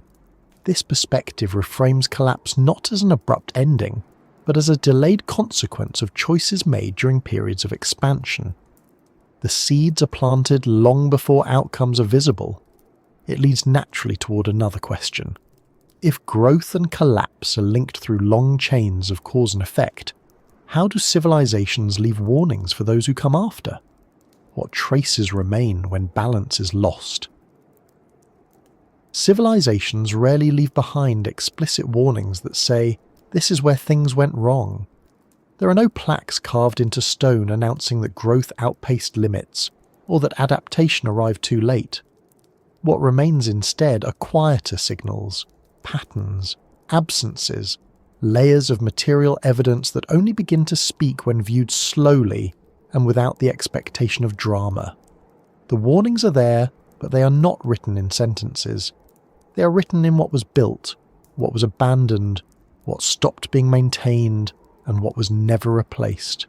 Stone is often the first thing people think of when imagining the remains of past civilizations. Temples, walls, roads, monuments, structures meant to last. When archaeologists encounter these, they do not just see craftsmanship or ambition. They look for changes, inconsistencies, repairs made with poorer materials, shortcuts taken where earlier builders had been meticulous. These details matter because they reveal shifts in capacity and priority. A wall built in one century and repaired in the next tells a story. If the original stone is carefully cut and fitted, but later repairs are rough and uneven, that difference signals something about the society that made them. It may indicate reduced access to skilled labour, declining resources, or urgency replacing care. The structure still stands, but it carries the imprint of strain. Dust tells a different kind of story. Layers of sediment accumulate when land use changes. Fields that were once cultivated become eroded. Irrigation canals fill with silt. Reservoirs dry up and are not restored. Pollen trapped in soil reveals what plants once grew and when they disappeared. These traces do not accuse, they simply record. In some regions, archaeologists find sudden increases in dust deposits that coincide with population decline. The land was no longer being managed intensively. Terraces collapsed. Forests were cleared beyond recovery. What remains is not a single catastrophic layer, but a gradual thickening of neglect. Silence may be the most unsettling warning of all. The absence of certain kinds of evidence speaks volumes. When writing stops appearing, when coinage becomes scarce, when long-distance trade goods vanish from the archaeological record. These absences suggest that systems which once connected people across regions have weakened or broken. Silence is easy to misinterpret because it lacks drama. No battles, no fires, just fewer records, fewer imports, fewer standardized tools. From within the civilization, this silence may have felt like simplification or localization. From the outside, it appears as contraction. What's striking is how often these warnings appear long before what we label as collapse. The signs are subtle at first. A city stops expanding. A road is no longer repaired beyond a certain point. Administrative buildings are reused for different purposes. Religious sites fall into disrepair while domestic structures continue to be maintained. These shifts suggest changing priorities rather than sudden failure. Resources are redirected. Certain functions are deemed less essential. The civilization is still functioning, but it is narrowing its scope. That narrowing is rarely acknowledged explicitly. It unfolds through countless small decisions. Stone inscriptions themselves sometimes offer clues, not in what they say, but in how they say it. Changes in language, simpler grammar, reduced vocabulary, more formulaic expressions. These shifts can indicate changes in education systems and administrative reach. When fewer people are trained to write fluently, writing becomes standardized and limited. In some cases, inscriptions continue to proclaim stability and continuity, even as material evidence suggests otherwise. Rulers announce prosperity. Decrees emphasize order. The contrast between rhetoric and reality is itself a warning. When reassurance becomes repetitive, it often signals underlying anxiety. Dust also carries evidence of climate shifts that intersect with human systems. Tree rings show droughts. Ice cores record temperature changes. Lake sediments reveal fluctuations in water availability. These environmental signals do not align neatly with political timelines, but they exert pressure regardless of governance. Civilizations respond to these pressures in various ways. Some adapt by changing crops or settlement patterns. Others intensify extraction, pushing land harder to maintain output. The latter approach can work temporarily, but it often accelerates degradation. The dust layers thicken, silence appears again in population data. Abandoned homes, reduced density, shrinking urban cores. These are not always signs of disaster. Migration can be a rational response to changing conditions, but when combined with other signals, they suggest systemic stress. What makes these warnings difficult to act upon is that they do not arrive all at once. Each on its own is explainable. A bad harvest, a budget constraint, a temporary disruption in trade. The human mind is good at rationalizing isolated events. It struggles more with recognizing cumulative patterns. From within a civilization, these warnings are filtered through social and political incentives. Leaders may downplay them to maintain confidence. Institutions may lack mechanisms to address slow-moving problems. Populations may prioritize immediate needs over abstract risks. Stone, dust, and silence do not argue. They persist. They wait for interpretation. Often, that interpretation comes centuries later, when the outcome is already known. Only then do the warnings align into a recognizable pattern. This delay creates a misleading impression that collapse was obvious in retrospect, that people should have known, that the signs were clear. In reality, clarity emerges only when uncertainty is removed. While living through the process, ambiguity dominates. Consider how often historical collapses are framed as sudden. A city falls, an empire ends, a civilization disappears. These narratives compress long processes into single moments. They obscure the warnings that preceded them because those warnings do not fit neatly into dramatic storytelling. The material record resists this compression. It shows gradual change, incremental loss, adaptation that works until it doesn't. Stone repairs that grow rougher, dust layers that grow thicker, silences that widen. One of the most telling warnings is the repurposing of structures. Temples become storage buildings, public spaces become private dwellings, administrative centres are subdivided. These changes indicate shifts in social organisation. Collective projects give way to individual survival strategies. This does not imply moral decline. It implies altered incentives. When maintaining large-scale institutions becomes too costly, people redirect effort toward what sustains them directly. The civilization becomes less centralized, less coordinated. From a distance, this looks like fragmentation. From within, it feels like pragmatism. Warnings are also written in what continues to be maintained. Sometimes, religious or symbolic structures receive attention long after practical infrastructure is neglected. This suggests that meaning is being preserved even as capacity declines. People hold on to identity when material conditions worsen.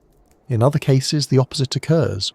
Practical systems are maintained while ceremonial ones fade. Survival takes precedence over symbolism. Each choice reflects values shaped by circumstance. Silence appears again in the disappearance of certain professions. Specialized roles vanish from records. Craftspeople no longer sign their work. Titles disappear. This suggests that social complexity is contracting. Fewer roles are needed or supported. This contraction can reduce vulnerability in some ways. Smaller systems can be more adaptable, but they also limit what a society can coordinate. Large projects become impossible. Long-term planning shrinks. The warnings left behind are therefore ambiguous. They do not point unequivocally toward failure. They point toward change. Whether that change becomes collapse depends on subsequent conditions. What is consistent is that these warnings are rarely heeded while they could still be acted upon easily. Not because people are foolish, but because the signals do not align with existing frameworks of understanding. They do not demand urgent response. They whisper. Modern societies also produce stone, dust and silence, though the materials differ. Concrete, data, emissions, abandoned infrastructure, obsolete systems. The forms change, but the patterns remain. Maintenance deferred, complexity unmanaged, signals rationalized. The challenge lies in distinguishing between noise and warning. Not every change is a sign of impending collapse. Systems must evolve, resources shift, technologies replace older ones. The difficulty is recognizing when adaptation is no longer keeping pace with pressure. Stone erodes slowly, dust accumulates gradually, silence expands imperceptibly. These processes do not trigger alarms, they require interpretation across time. History shows that civilizations often interpret these signals too narrowly. Environmental stress is treated as temporary. Administrative decline is blamed on individuals. Trade disruptions are framed as external threats. Each explanation preserves the belief that the core system remains sound. Only when multiple systems fail simultaneously does the narrative change. At that point, options are limited. Responses become reactive. The window for gradual adaptation has closed. The warnings, in retrospect, seem obvious. But that clarity is deceptive. It emerges only when the outcome is known. Before that, the same evidence supports many interpretations. This is why warnings written in material traces are so often ignored. They do not tell a single story. They offer fragments. Understanding them requires patience, humility, and willingness to question assumptions about stability. As you let this idea settle, it may shift how you think about the present, not as a moment poised on the edge of catastrophe, but as a layer accumulating signals that may or may not align into a larger pattern. The meaning of those signals depends on how they are interpreted and acted upon. If warnings are so often present yet unheeded, what does that say about the shape of history itself? When historians speak about the rise and fall of civilizations, the phrase itself already implies a shape. Something ascends, reaches a height, and then descends. It's a simple curve, almost too neat, and because of that simplicity it can sound like a cliché. Yet when you step away from dates and names and start looking at patterns instead of events, that shape keeps appearing. Not as an identical script replayed each time, but as a familiar outline traced again and again under different conditions. Civilizations do not rise in the same way, and they do not decline for the same reasons. Some grow through conquest, others through trade. Some are built around centralized authority, others around loose networks. Some face environmental limits early, others much later. Despite these differences, the overall trajectory often follows a recognizable rhythm. Expansion, consolidation, complexity, strain, fragmentation, transformation. What makes this repetition unsettling is not that it suggests inevitability, but that it suggests tendency. Systems made of humans, resources and ideas tend to organize themselves in similar ways when exposed to similar pressures. The shape emerges not because people fail to learn, but because learning itself is constrained by the structure of the systems doing the learning. At the beginning of a civilization's rise, there is usually excess capacity. Land is underutilized. Resources are abundant relative to population. Social structures are flexible. Innovation is rewarded because it produces clear benefits. Cooperation feels worthwhile because the gains are shared broadly enough to be visible. Momentum builds. During this phase, expansion solves problems. If resources are scarce in one area, new territory is opened. If social tension grows, opportunities elsewhere relieve pressure. Complexity increases, but it is still manageable. The system has room to absorb mistakes. As expansion continues, the system grows more interconnected. Trade networks link distant regions. Administration becomes more layered. Specialization deepens. Productivity rises. This is often the period remembered as a golden age. Art flourishes, knowledge accumulates, infrastructure spreads, confidence grows.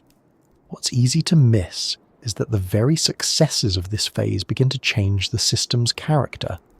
Expansion slows as limits approach, easy gains are exhausted, marginal returns diminish. Maintaining what already exists requires more effort than creating something new once did. This is the point where consolidation replaces expansion. Borders stabilize, institutions formalize, rules are standardized. Growth continues, but it becomes more dependent on efficiency than on discovery. The system tightens. Consolidation feels responsible. It brings order. It reduces uncertainty. It allows for long-term planning. It also reduces flexibility. When procedures replace improvisation, adaptation slows. When roles become rigid, innovation narrows. As complexity increases, the system becomes harder to oversee. Decisions are made further from their consequences. Feedback is delayed. Problems are addressed through abstraction rather than direct experience. This does not mean leaders are incompetent. It means they are managing systems too large to be fully visible. At this stage, strain begins to appear, not as crisis but as friction. Small inefficiencies accumulate. Maintenance becomes uneven. Peripheral regions receive less attention. Inequality grows as benefits concentrate. The system still functions, but it requires more effort to produce the same results. The response to strain is often intensification. More regulation, more extraction, more enforcement, more emphasis on unity and tradition.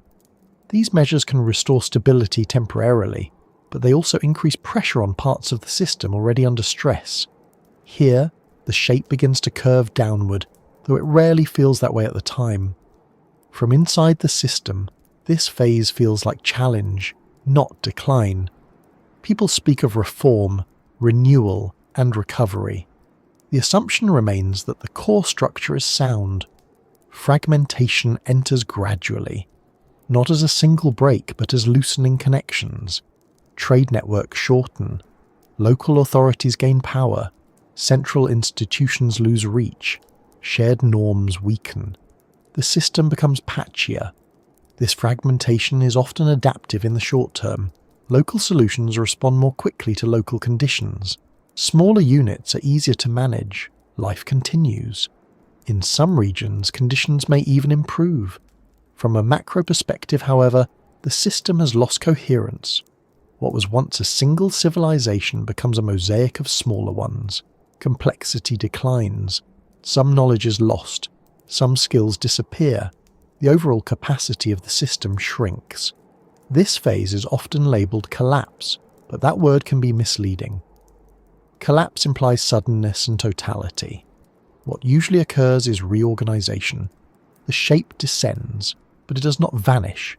Elements persist. People persist. Culture persists, transformed. What's striking is how consistently this sequence appears across time and geography.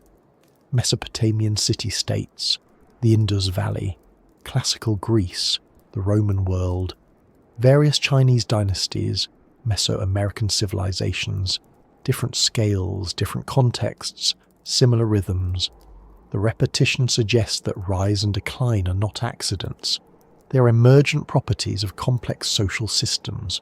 Growth creates conditions that eventually undermine further growth. Stability breeds rigidity. Efficiency reduces resilience. Success changes incentives.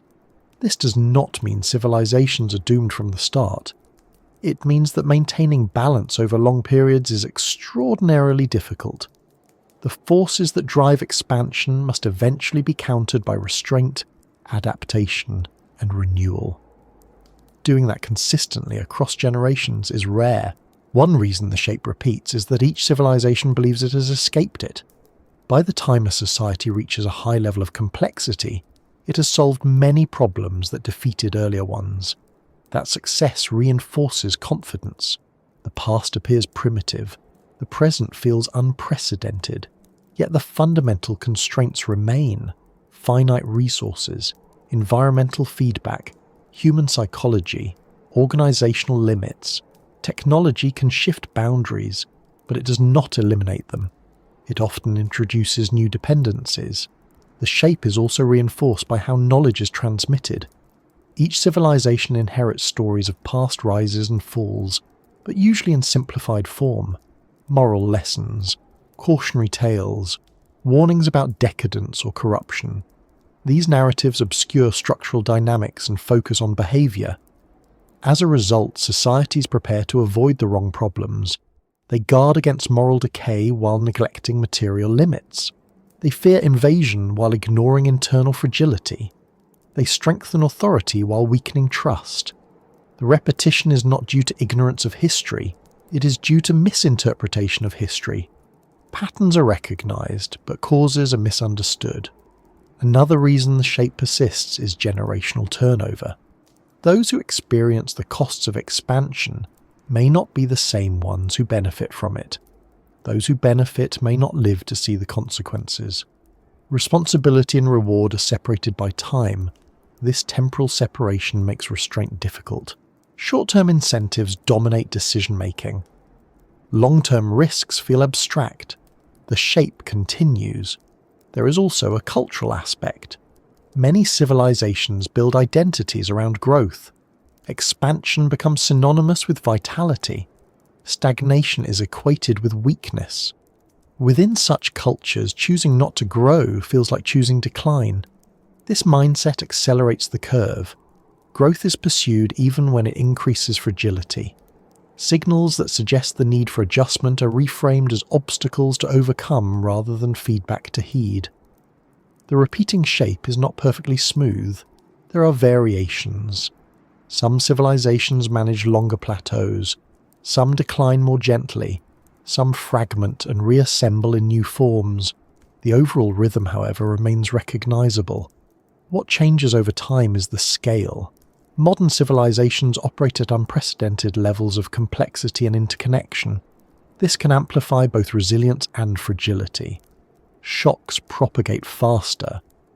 Recovery can be harder or quicker, depending on conditions. Understanding the repeating shape does not require believing that collapse is imminent or unavoidable. It requires acknowledging that no configuration is final, that systems evolve, that adaptation must be continuous. One of the most important insights from recognizing this pattern is that decline is not always the opposite of success.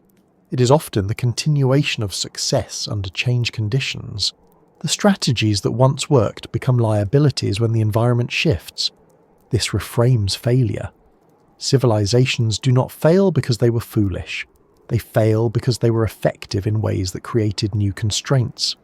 Their success reshaped the landscape they had to operate within. Seeing rise and decline as a repeating shape also softens judgment. It becomes harder to view past civilizations as cautionary tales of incompetence. They become mirrors. They faced problems without modern tools, but they also operated under constraints that still apply. This perspective encourages a different question. Not how to avoid decline entirely, but how to navigate it. How to manage transitions.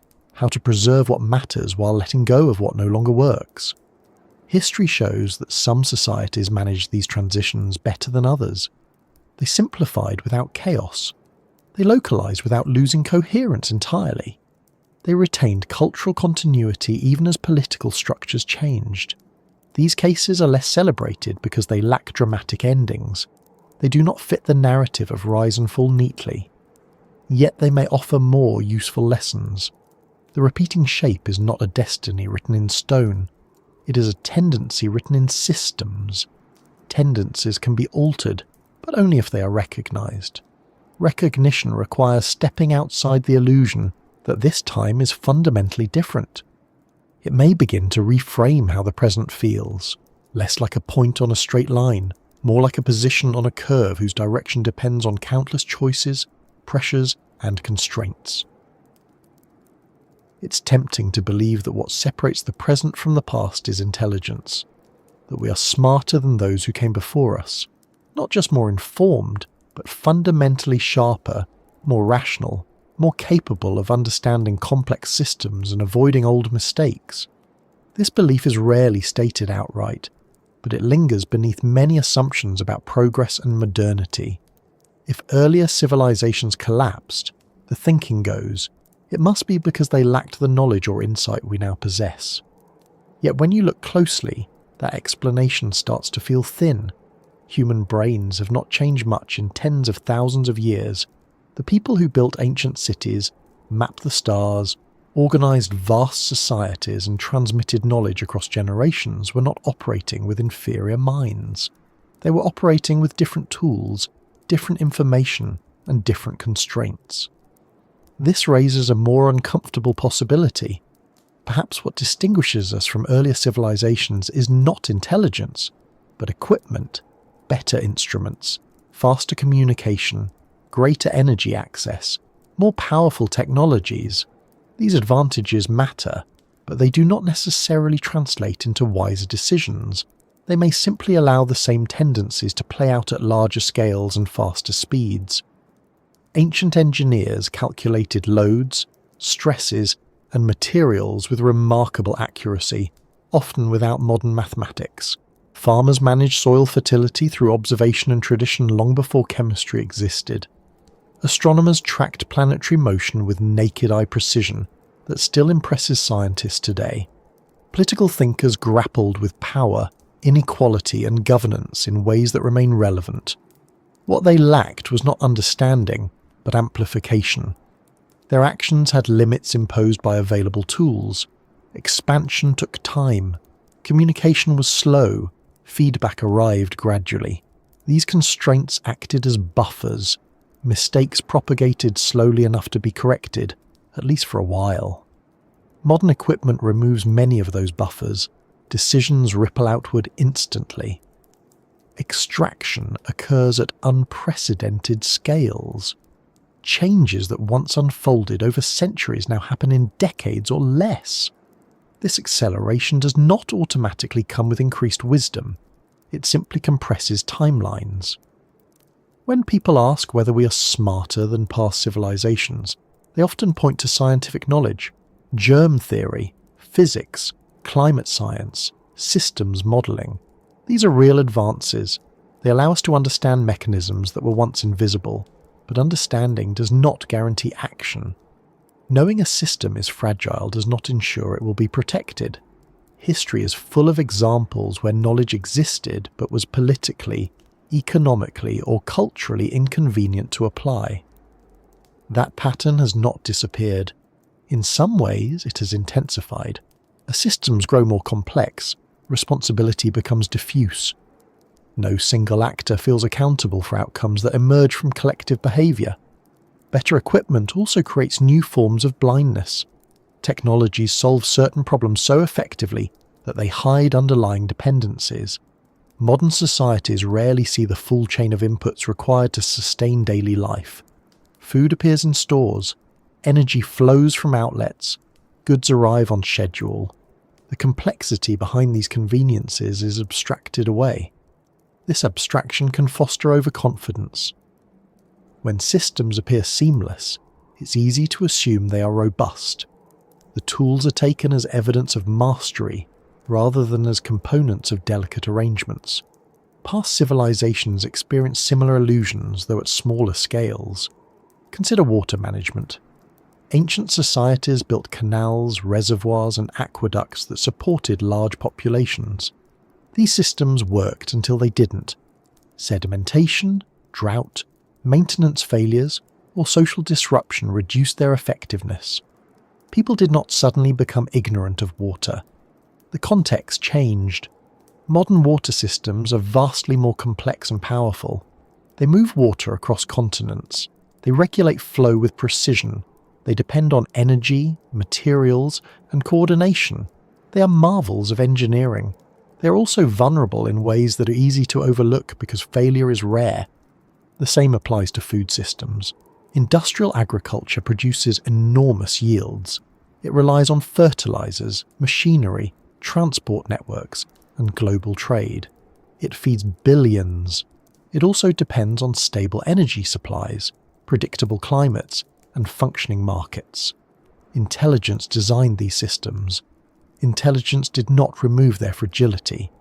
Better equipment often narrows the margin for error. When systems are optimized for efficiency, there is little slack.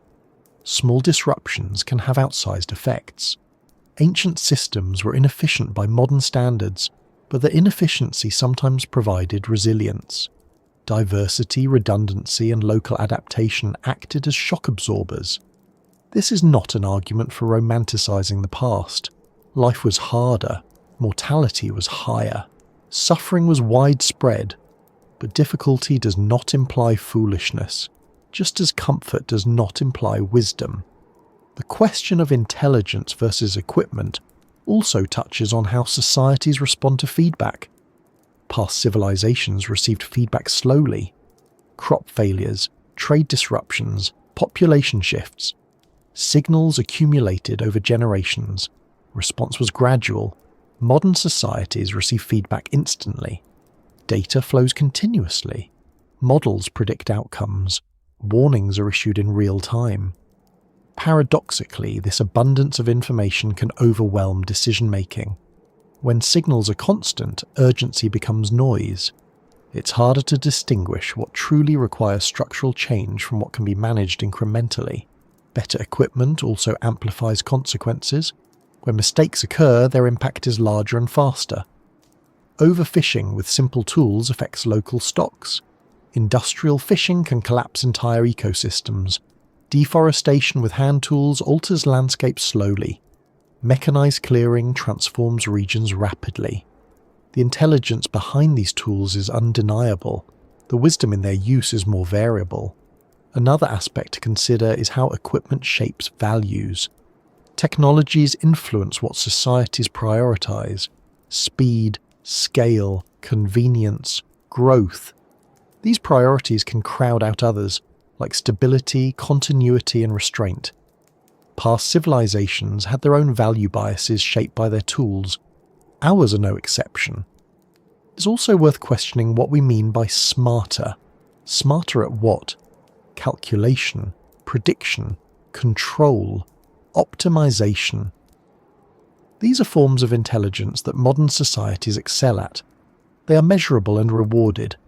Other forms of intelligence are harder to quantify. Long-term judgment, cultural memory, ecological attunement, social cohesion. These are not easily captured by metrics. Past societies often relied heavily on them because they lacked technological leverage. When evaluating intelligence, it's tempting to privilege what we are good at and dismiss what others valued. This creates a skewed comparison. We see their failures through the lens of our strengths and overlook our own vulnerabilities. There is also the matter of scale.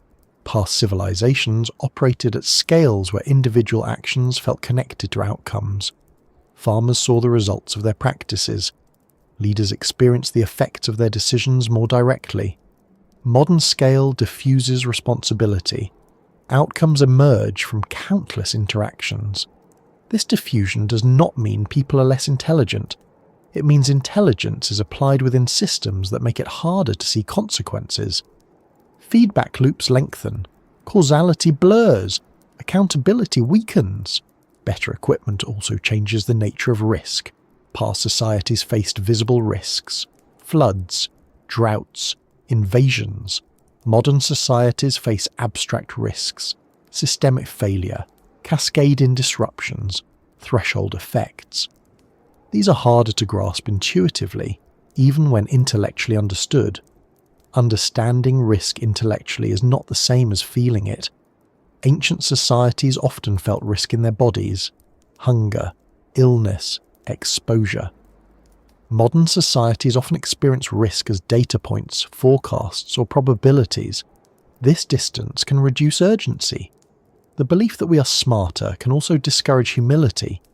If collapse is framed as a consequence of ignorance, then knowledge becomes the solution. Learn more, innovate faster, improve models. While learning and innovation are valuable, they are not substitutes for structural adaptation. Past civilizations did not collapse because they lacked warnings. They collapsed because responding to warnings required changes that threatened existing power structures, identities, and ways of life. Intelligence did not override those barriers then. It does not automatically do so now. There is also the issue of collective intelligence. Individual humans may be intelligent, but collective decision-making can be irrational. Group dynamics, incentives, and institutions shape outcomes. These dynamics are remarkably persistent across cultures and eras. Better equipment does not eliminate collective blind spots. It can magnify them. Tools designed to optimize for certain outcomes can lock systems into paths that are difficult to change. Path dependence increases. Flexibility decreases. Modern societies often assume that technological solutions will arrive in time to address emerging problems. This assumption has been validated repeatedly. It has also failed repeatedly. The difference between success and failure often lies not in invention, but in adoption, governance, and distribution. Past civilizations also innovated in response to pressure. Sometimes it worked. Sometimes it arrived too late or created new problems. The pattern is familiar. Asking whether we are smarter or just better equipped invites a reframing. Perhaps intelligence is not the key variable. Perhaps alignment is. Alignment between tools, values, institutions, and environmental realities. When alignment exists, systems function well. When it drifts, problems accumulate. Equipment can extend the range of misalignment before consequences appear, but it cannot eliminate them.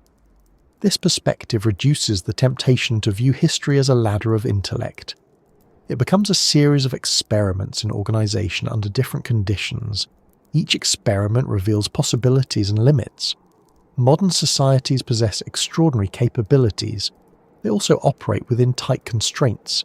Energy flows, material cycles, ecological boundaries, social trust. Equipment allows us to approach these limits faster and push against them harder. Whether that makes us smarter is an open question. It certainly makes us more powerful. Power without proportional wisdom has always been a risky combination. This does not imply inevitability. Awareness matters. Reflection matters. Choices matter. But awareness must extend beyond technical understanding to include structural self-knowledge. If we're just better equipped, then the familiar patterns of rise and decline may still apply, simply expressed differently. Faster, larger, more interconnected. If we are smarter in a deeper sense, then that intelligence must show itself not in control, but in restraint and adaptation.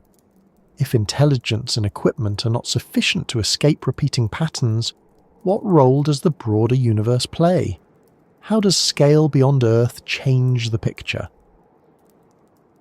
The universe does not hurry. That may be one of the most difficult facts for human civilizations to fully absorb.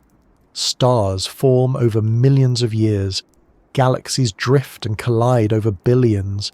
Planets cool, erode and reshape themselves on timescales so long that even entire species come and go without leaving much of a mark. Against this backdrop, the lifespan of a civilization is almost invisible. A few centuries of expansion, a millennium of influence if it's fortunate, and then transformation into something else. From a cosmic perspective, that is not endurance. It is a brief fluctuation. Yet the universe remembers, even when we do not. Not in the way a mind remembers, but in traces. Radiation travelling outward. Chemical signatures locked into rocks. Isotopic ratios frozen into ice. Orbital paths altered ever so slightly by mass and motion. Every action leaves some imprint, however small, and those imprints persist long after their creators are gone. Human attention works very differently. It is narrow, short-lived, and shaped by immediate needs. Civilizations remember selectively. They preserve what reinforces identity and discard what complicates it. Archives decay, stories simplify, lessons flatten into slogans. What remains is not a full record but a curated one. This mismatch between the universe's long memory and our short attention creates a kind of blindness. We live inside systems that operate on timescales far longer than our planning horizons, yet we make decisions as if feedback will arrive quickly and clearly. Often it does not. Consequences unfold slowly, distributed across generations, or displaced into environments far from where decisions are made. Consider climate as an example. The physical system itself has a long memory. Carbon released today will influence atmospheric composition for centuries. Heat absorbed by oceans will be released gradually over time. Ice sheets respond slowly but persistently.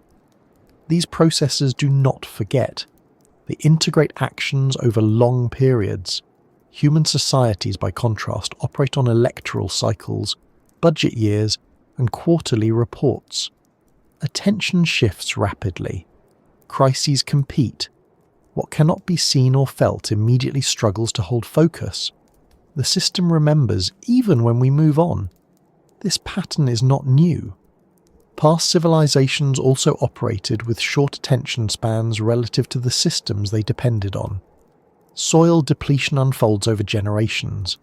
Forest loss alters rainfall patterns over centuries. Irrigation salinization creeps forward year by year. The land remembers. People respond late. The difference now is scale. Modern civilizations interact with planetary systems more intensely and more uniformly. Actions taken in one region can influence global systems. The universe's memory integrates these actions without regard for borders or intentions. There is something humbling in this. The universe does not reward ambition or punish hubris. It responds to inputs. Mass bends space. Energy dissipates. Systems follow physical laws. Human narratives about progress, success, or destiny do not alter these responses. Yet human attention tends to be drawn to stories rather than processes. We focus on events, elections, disasters, breakthroughs. We struggle with slow accumulation, gradual drift, thresholds that are crossed quietly and only reveal themselves after the fact. This mismatch creates a recurring tension. Civilizations assume that if something has not caused immediate problems, it is safe. The universe does not operate on that logic. Stability can mask accumulating imbalance. When thresholds are crossed, change can appear sudden, even though it was prepared over long periods. The universe's long memory is also visible in the remains of past civilizations beyond Earth. The Moon bears craters from impacts billions of years ago. Mars preserves dried riverbeds that hint at ancient climates. These features remain because there is little to erase them. Time accumulates rather than clears. Earth is more active. Weather, tectonics, and biology erase traces faster. Even so, the planet retains memory. Fossil fuels are ancient sunlight. Sedimentary layers record past environments. Extinction events leave gaps that shape future evolution. Human civilizations insert themselves into this record briefly. They alter landscapes. They move materials. They create new compounds. Some of these changes persist far beyond the societies that produced them. Plastics will outlast their makers. Radioactive isotopes will decay on schedules indifferent to human history. This raises an uncomfortable question. If the universe remembers what civilizations do long after they're gone, what kind of memory are we leaving behind? Not stories, not monuments, physical signatures, chemical changes, altered ecosystems. Past civilizations also left signatures, though smaller. Deforested regions that never fully recovered. Species driven extinct. Soil profiles altered by agriculture. These traces accumulated quietly. Later societies inherited them without knowing their origin. Short attention makes it difficult to connect cause and effect across long spans. When consequences appear generations later, they feel unconnected to earlier choices. Responsibility diffuses. Accountability fades. The universe does not make that distinction. Cause and effect remain linked regardless of human awareness. Systems integrate actions across time without regard for intention. This does not mean that civilizations are doomed by their short attention. It means that attention must be actively extended. Institutions must be designed to carry memory forward. Traditions, records, and practices must bridge generational gaps. Some societies attempted this. Oral traditions preserved ecological knowledge, rituals encoded seasonal awareness, taboo systems limited exploitation. These were not perfect solutions, but they represented efforts to align human attention with longer cycles. Modern societies rely heavily on written and digital records to extend memory. This creates a sense of security. Information is stored. Data is archived. But storage is not the same as attention. Knowing that information exists is not the same as acting on it.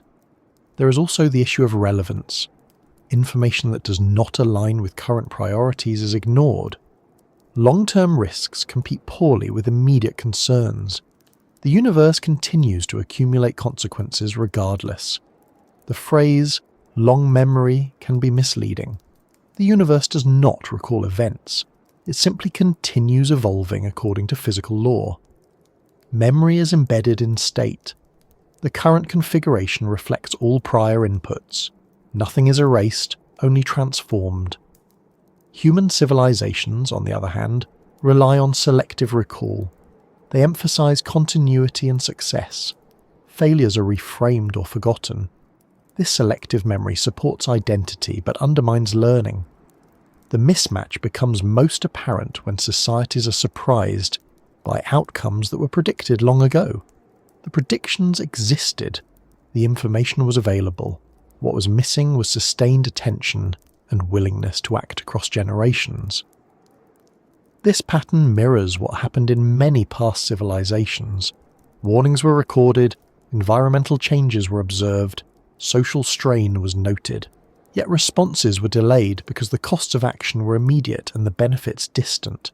The universe does not care about political feasibility. It responds to physical inputs. This creates a recurring conflict between what is easy to postpone and what is necessary to address. Thinking in cosmic terms can feel abstract, but it has a grounding effect. It places human attempts within a much larger context. Civilizations rise and fall, but the universe continues integrating their actions into its ongoing state. This does not diminish human effort, it reframes it. Meaning does not come from permanence, but from alignment, from acting in ways that acknowledge long-term consequences even when attention drifts. Short attention is not a moral failing. It is a biological constraint.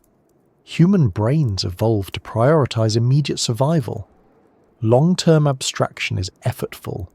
Civilization itself is an attempt to extend attention beyond individual lifespans. When that extension succeeds, societies can manage resources sustainably for long periods. When it fails, consequences accumulate until they force adjustment. The universe's long memory ensures that adjustment will eventually occur. Whether it is gentle or disruptive depends on timing and alignment. This realization invites a quieter kind of responsibility. Not grand ambition, but careful stewardship. Not certainty, but humility. Acting with awareness that systems remember even when we forget. If the universe integrates actions over long spans and civilizations struggle with short attention, what happens when those civilizations look outward? When people imagine civilizations beyond Earth, the imagination tends to leap immediately toward difference.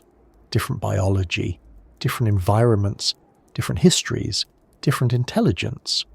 The assumption is that alien civilizations, if they exist, must be fundamentally unlike ours, not just in appearance, but in how they develop, think, and endure. This assumption is comforting in a subtle way, because it suggests that whatever patterns shape human civilizations might be local quirks rather than universal tendencies. Yet when scientists seriously consider the possibility of extraterrestrial civilizations, especially through the lens of physics, biology, and systems theory, a more unsettling idea begins to emerge. While the surface details may vary dramatically, the underlying constraints may be remarkably similar. Energy must be harvested, resources must be managed, information must be stored and transmitted, coordination must occur among large numbers of individuals or components. These requirements are not cultural, they are structural. Any civilization capable of leaving its home planet, or even of sustaining complex technology over long periods, must solve a familiar set of problems: how to extract energy efficiently, how to distribute that energy, how to prevent internal conflict from overwhelming cooperation, how to adapt to environmental change faster than it destabilizes the system. These are not uniquely human challenges. They arise naturally wherever complexity emerges. This is why discussions of extraterrestrial civilizations often circle back to the same uncomfortable questions we ask about ourselves. If intelligent life arises elsewhere, does it face the same tension between growth and sustainability? Does it experience the same temptation to expand rapidly once energy constraints are loosened? Does it develop technologies that amplify its reach faster than its capacity for restraint? The idea that alien civilizations might follow the same broad trajectory as human ones is not rooted in pessimism. It is rooted in physics. Energy gradients invite exploitation. Thermodynamics imposes limits. Complex systems tend toward both organization and entropy. These forces do not care about species, culture, or intention. When astronomers look out into the universe and search for signs of intelligence, they are not just looking for radio signals or laser pulses. They are also looking for anomalies, unusual heat signatures, excess infrared radiation, signs that large amounts of energy are being captured and used, in other words, signs of growth. This approach reflects an assumption that advanced civilizations will consume energy at increasing scales. It mirrors our own trajectory, from fire to fossil fuels to nuclear reactions. Each step unlocks new capabilities and new risks. There is no obvious reason to assume alien civilizations would reject this path entirely. Energy accesses power, and power enables survival and expansion. Here is where the same old ending begins to loom. Growth driven by energy consumption inevitably interacts with finite systems. Even on planets richer than Earth, limits exist. Even in star systems with abundant resources, coordination costs rise with scale. Expansion solves problems until it creates new ones. Some theories suggest that sufficiently advanced civilizations might avoid collapse by transitioning into stable, low-growth states. Perhaps they shift toward efficiency rather than expansion. Perhaps they deliberately limit population or consumption. Perhaps they restructure themselves in ways that minimize strain.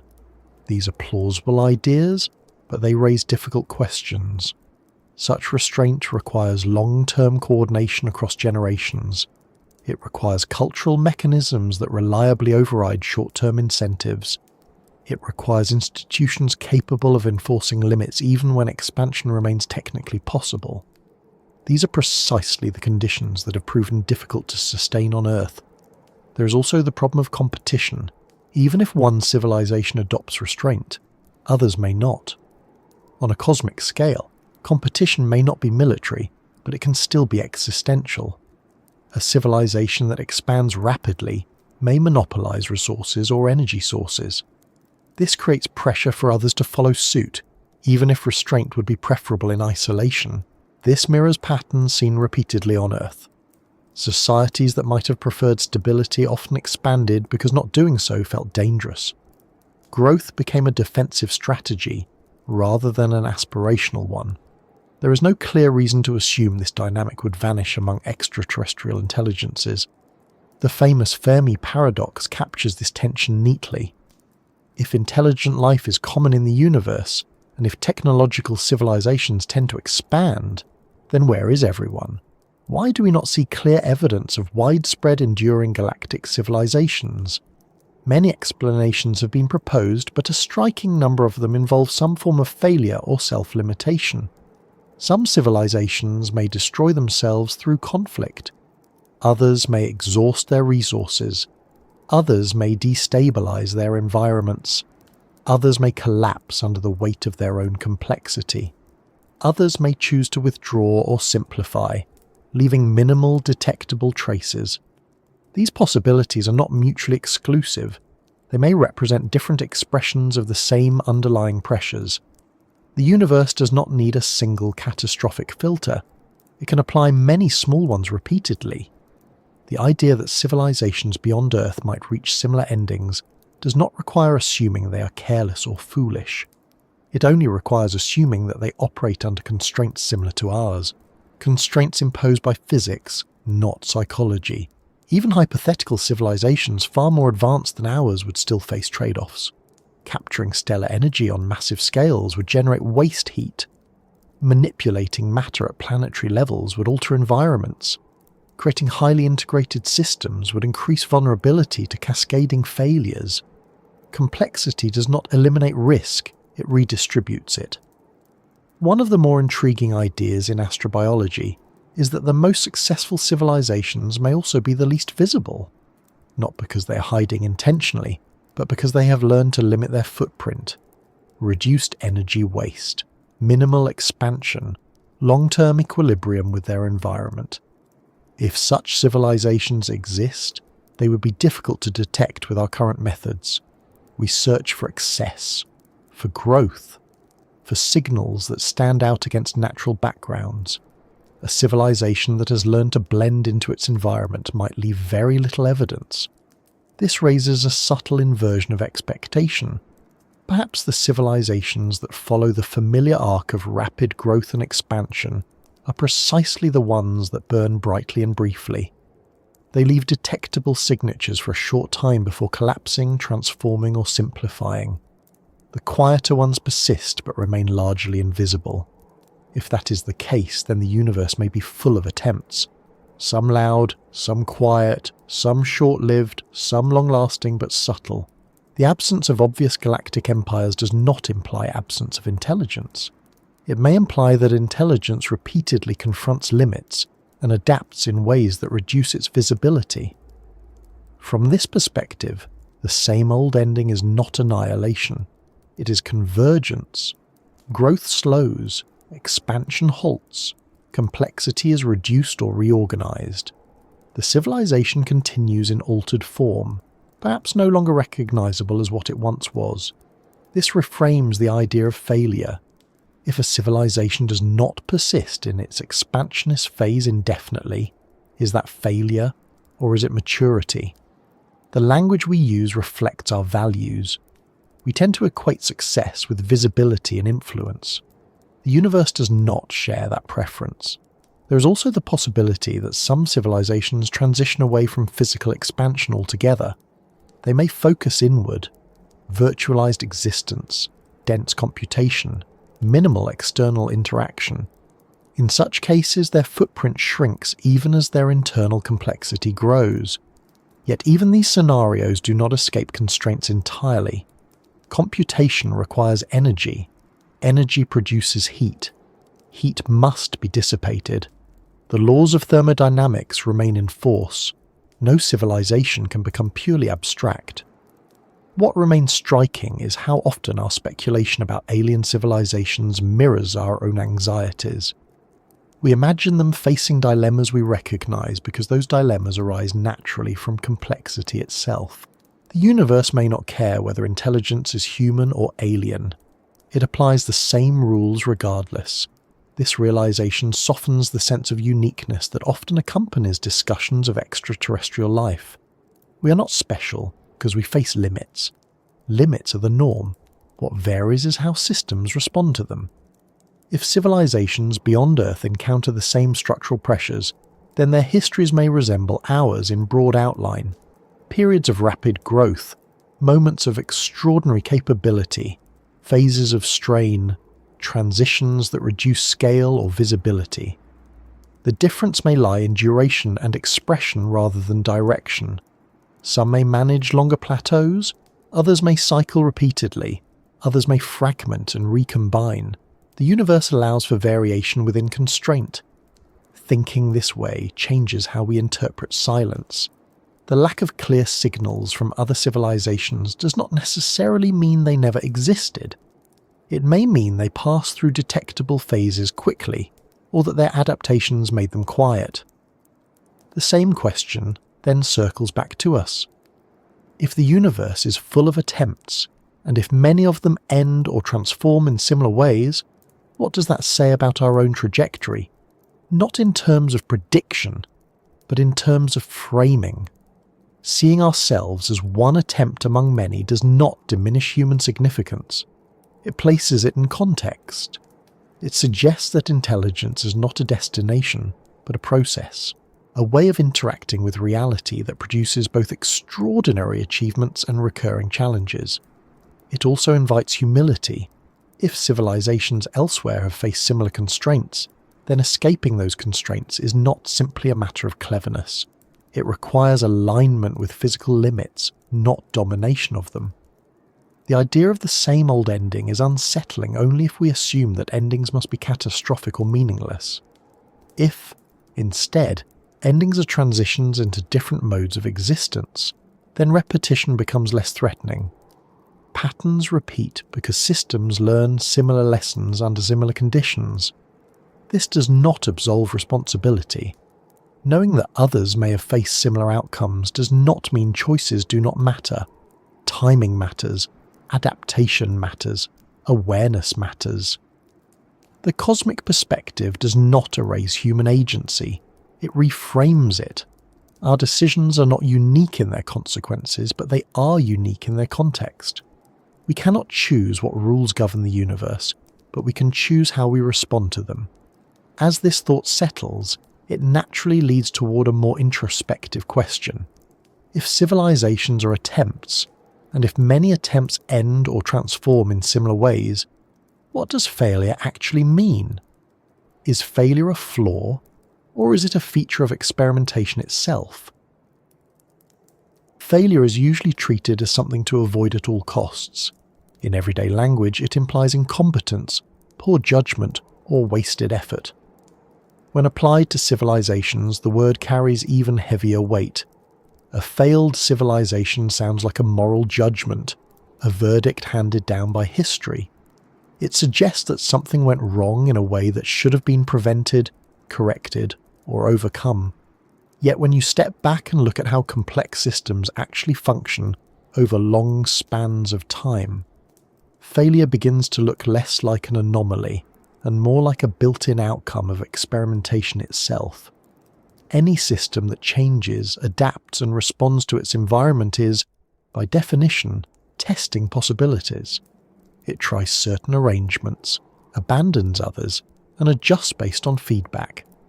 Some arrangements persist longer than others, some collapse quickly, some transform into new forms that barely resemble their origins.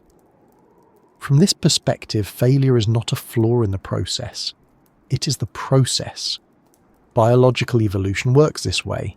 Countless species emerge, adapt briefly, and then disappear. Extinction is not an error in evolution. It is a feature of how life explores ecological niches. The species that persist are not necessarily the best in any absolute sense. They are simply those that remain compatible with changing conditions for longer periods. Even then, persistence is temporary. Civilizations, though far more intentional than biological organisms, operate under similar dynamics. They experiment with social structures, economic systems, technologies, and values. These experiments are constrained by resources, environment, and human behavior. Some combinations hold together for centuries, others unravel more quickly. None are permanent. From within a civilization, failure feels unacceptable because it threatens identity. People invest their lives in systems they believe will outlast them. When those systems falter, the loss feels personal. The idea that failure might be an expected outcome rather than a disgrace challenges deeply held assumptions about progress and purpose. This discomfort often leads societies to reframe failure as external misfortune, invasions, natural disasters, bad leaders. These explanations are not wrong, but they are incomplete. They locate failure in specific events rather than in the underlying dynamics that made those events destabilizing. When failure is seen as a feature, the focus shifts. Instead of asking why a civilization failed, the question becomes what it was attempting and under what constraints. What problems was it trying to solve? What trade-offs did it make? which adaptations worked and which created new vulnerabilities. This shift removes moral judgment and replaces it with analysis. It allows civilizations to be studied as processes rather than as success stories or cautionary tales. It also reduces the temptation to assume that our own civilization is exempt from similar dynamics. Failure as a feature also explains why civilizations often appear to overshoot. They expand until they encounter limits. Those limits provide feedback. Sometimes the feedback is incorporated in time, sometimes it is not. Overshoot is not irrational. It is how systems discover boundaries. In ecological systems, overshoot is common. Populations grow until resources are depleted, then decline. The system adjusts. New equilibria form. The process is not neat, but it is natural. Civilizations overshoot in different ways. Resource extraction exceeds regeneration. Complexity outpaces coordination. Growth outstrips resilience. These overshoots are not always visible until consequences accumulate. By the time they are recognized, reversal may be difficult. Seeing failure as a feature also reframes collapse. Collapse is not the sudden negation of everything that came before. It is the resolution of accumulated mismatches between system design and environmental reality. It is the point at which existing structures can no longer be maintained. This does not mean that collapse is desirable or painless. It often involves suffering, loss, and disruption. Recognizing failure as a feature does not minimize those experiences, it contextualizes them. One reason this perspective is difficult to accept is that modern societies tend to view themselves as projects rather than processes. A project has a goal, a plan, and an endpoint. Failure is measured against intended outcomes. A process has no fixed endpoint. It evolves. Success and failure are relative to changing conditions. Civilizations are processes, not projects. They are not designed from start to finish. They emerge from countless interactions over time. Treating them as projects encourages the belief that with enough intelligence and effort, failure can be eliminated. Treating them as processes acknowledges uncertainty and adaptation. This distinction matters because it affects how societies respond to stress. Project-oriented thinking seeks to fix problems within the existing framework. Process-oriented thinking asks whether the framework itself needs to change. Many civilizations that eventually collapsed invested enormous effort in fixing symptoms, rather than revisiting underlying assumptions. They repaired infrastructure without addressing resource depletion. They enforced laws without addressing inequality. They expanded militarily without addressing internal fragility. These efforts were not foolish. They were rational responses within a framework that assumed continuity. Failure as a feature suggests that frameworks themselves must be subject to revision. Another reason failure is resisted is that it appears to invalidate past effort.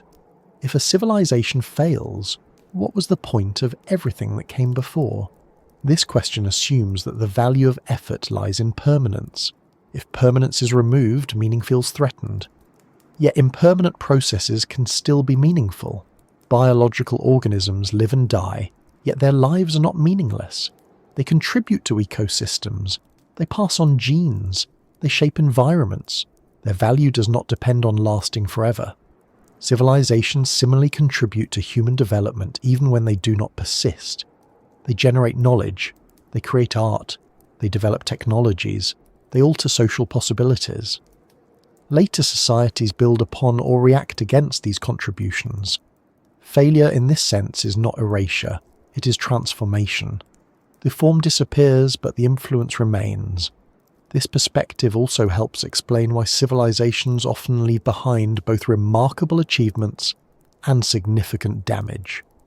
Experimentation produces both. Systems try strategies that solve immediate problems while creating long-term consequences. Those consequences become part of the inheritance of future attempts. Seeing failure as a feature encourages responsibility without demanding perfection. If failure is inevitable in some form, the goal shifts from avoiding it entirely to managing its impacts. Reducing harm, preserving knowledge, maintaining continuity where possible. Some civilizations did this better than others. They developed traditions that survived political collapse, religious practices that carried ethical frameworks forward, languages that adapted rather than disappeared. These elements softened the impact of structural failure. This suggests that while failure may be a feature, the form it takes is not predetermined. Civilizations have choices about how they fail, just as they have choices about how they grow. This idea may sound strange, but it aligns with historical evidence. Collapse can be abrupt and violent, or gradual and relatively peaceful. It can fragment societies into hostile groups, or reorganize them into smaller cooperative units. The difference lies in preparation, adaptability, and values. Viewing failure as a feature also challenges the idea that learning from history should focus on avoiding past mistakes entirely. That goal is unrealistic. The conditions that produced those mistakes will arise again in different forms. What can be learned is how to respond when limits are reached. This includes learning when to let go of structures that no longer work, when to simplify, when to decentralize, when to prioritize resilience over efficiency. These decisions are difficult precisely because they feel like admissions of failure. If failure is reframed as an expected phase rather than a shameful one, these decisions become easier to consider. Letting go is no longer defeat, it is adaptation. There is also an emotional component. Fear of failure drives denial. Societies cling to familiar systems because imagining their end is frightening. This fear delays adaptation. When change finally comes, it is more disruptive. Accepting failure as a feature does not eliminate fear, but it can reduce panic. It normalizes change. It places present challenges within a broader pattern rather than treating them as unprecedented catastrophes. This perspective does not require cynicism. It does not say that effort is futile. It says that effort operates within constraints. The goal is not to build something that lasts forever, but something that responds wisely to change. Wisdom in this sense is not about control. It is about alignment. Aligning social systems with environmental realities, aligning expectations with limits, aligning ambition with capacity. Many civilizations struggled with this alignment. Their failure does not mean they lacked wisdom entirely. It means that alignment is difficult to maintain over long periods, especially as success reshapes incentives. This also explains why civilizations often repeat patterns even when they are aware of them. Awareness alone does not override structural pressure. Knowing that overexpansion is risky does not eliminate competition. Knowing that resources are finite does not remove short-term incentives. Failure as a feature suggests that structural redesign is more important than moral exhortation. Systems must make sustainable behavior easier than unsustainable behavior. Otherwise, patterns repeat regardless of intention. This is a challenging insight because it shifts responsibility from individuals to systems. It requires redesigning incentives, institutions, and norms. It requires patience across generations. From a sleepier perspective, there is something calming about this idea. It removes the burden of being the final perfect attempt. It allows the present to be seen as part of an ongoing process rather than as a test that must be passed. If civilizations are attempts, then failure does not mean the attempt was wasted. It means information was generated, boundaries were mapped, possibilities were explored. The universe itself operates this way. Stars form and burn out, galaxies evolve, structures emerge and dissolve. Nothing lasts forever, yet the process continues. This does not trivialize loss. It contextualizes it. Pain matters. Lives matter. But permanence is not the measure of value. If failure is a feature of civilizations, and if we are living inside one attempt right now, what does that mean for how we understand ourselves? Not as observers of history, but as participants. Living inside an attempt feels very different from studying one in hindsight. From a distance, patterns are clean. Causes and effects line up. Rise blends into strain, strain into decline, decline into transformation. The messiness disappears. What remains is a shape that looks almost inevitable. From within, however, nothing feels inevitable at all. Life feels open-ended, contingent, shaped by choices that still seem reversible. When you are living inside an attempt, you do not wake up thinking, this is a temporary configuration of human organisation moving toward an uncertain outcome. You wake up thinking about work, obligations, relationships, and small decisions that feel personal rather than historical. Civilization is not something you experience directly. It is the background condition of your life, like gravity or weather. It is simply there. This is one of the reasons it is so difficult to recognize an attempt while it is underway. Attempts do not announce themselves. They do not come labelled. They feel like normal life. The streets function. Systems mostly work. Problems arise, but they feel manageable, or at least familiar. Even when anxiety grows, it is usually framed in immediate terms. Costs are rising. Institutions feel strained. Trust is thinning. These are experienced as contemporary issues, not as signals of a larger process. Living inside an attempt also means inheriting structures you did not choose. Languages, laws, economic systems, technologies, and cultural norms predate you. They shape what feels possible and what feels unrealistic. They influence what questions are asked, and which ones are dismissed as impractical. From within, these structures feel solid. From outside, they are clearly contingent. This inheritance creates a sense of obligation. You are expected to maintain what you are given, improve it if possible, and pass it on. This expectation is deeply embedded in cultural narratives. Progress, legacy, responsibility. These ideas assume continuity. They assume that what exists now will continue long enough for improvement to matter. When you live inside an attempt, failure does not feel like an abstract feature of systems.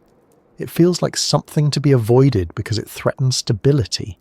Jobs, homes, safety, identity. The cost of failure is unevenly distributed, and those closest to the margins feel it first. This makes acceptance of impermanence difficult. Acknowledging that an attempt may not succeed can sound like indifference to real suffering. Yet ignoring impermanence does not protect against suffering either. It simply delays adaptation. This tension sits at the heart of living inside an attempt. You must act as if the future matters, because it does, while also recognizing that no structure is guaranteed to persist. There is a subtle psychological adjustment required to hold both ideas at once. On one hand, commitment is necessary. Cooperation depends on shared belief that efforts are worthwhile. On the other hand, rigidity is dangerous. Treating existing systems as sacred can prevent necessary change. Past civilizations struggled with this balance, and so do we. Too much doubt undermines coordination. Too much certainty undermines adaptability. Living inside an attempt means constantly negotiating between these extremes, often without clear guidance. One of the most challenging aspects is that attempts rarely fail all at once. They fray. Parts weaken while others strengthen. Some people benefit even as others struggle. This unevenness creates confusion. Is the system failing, or is it just changing? Is decline happening, or is this simply a transition? From within, it is difficult to tell. Data points point in different directions. Indicators conflict. Some metrics improve while others worsen. This ambiguity makes it easy to postpone difficult questions. There is always another interpretation available, another explanation that preserves the assumption of continuity. Living inside an attempt also shapes how people relate to history. Past civilizations are often used selectively, either as warnings or as reassurance. Collapse stories are invoked to inspire fear or urgency. Success stories are invoked to inspire confidence. Rarely are past attempts treated as full, lived experiences comparable to the present. This selective use of history reinforces the sense that our situation is unique. We may face challenges, but we have tools they did not. We have knowledge they lacked. This belief is partly true, but it can also create distance. It allows us to observe past attempts without fully identifying with them. Identifying with past attempts is uncomfortable because it collapses that distance. It suggests that the people who lived through earlier transitions felt much as we do now: busy, concerned, hopeful, uncertain. They did not experience themselves as living at the edge of history.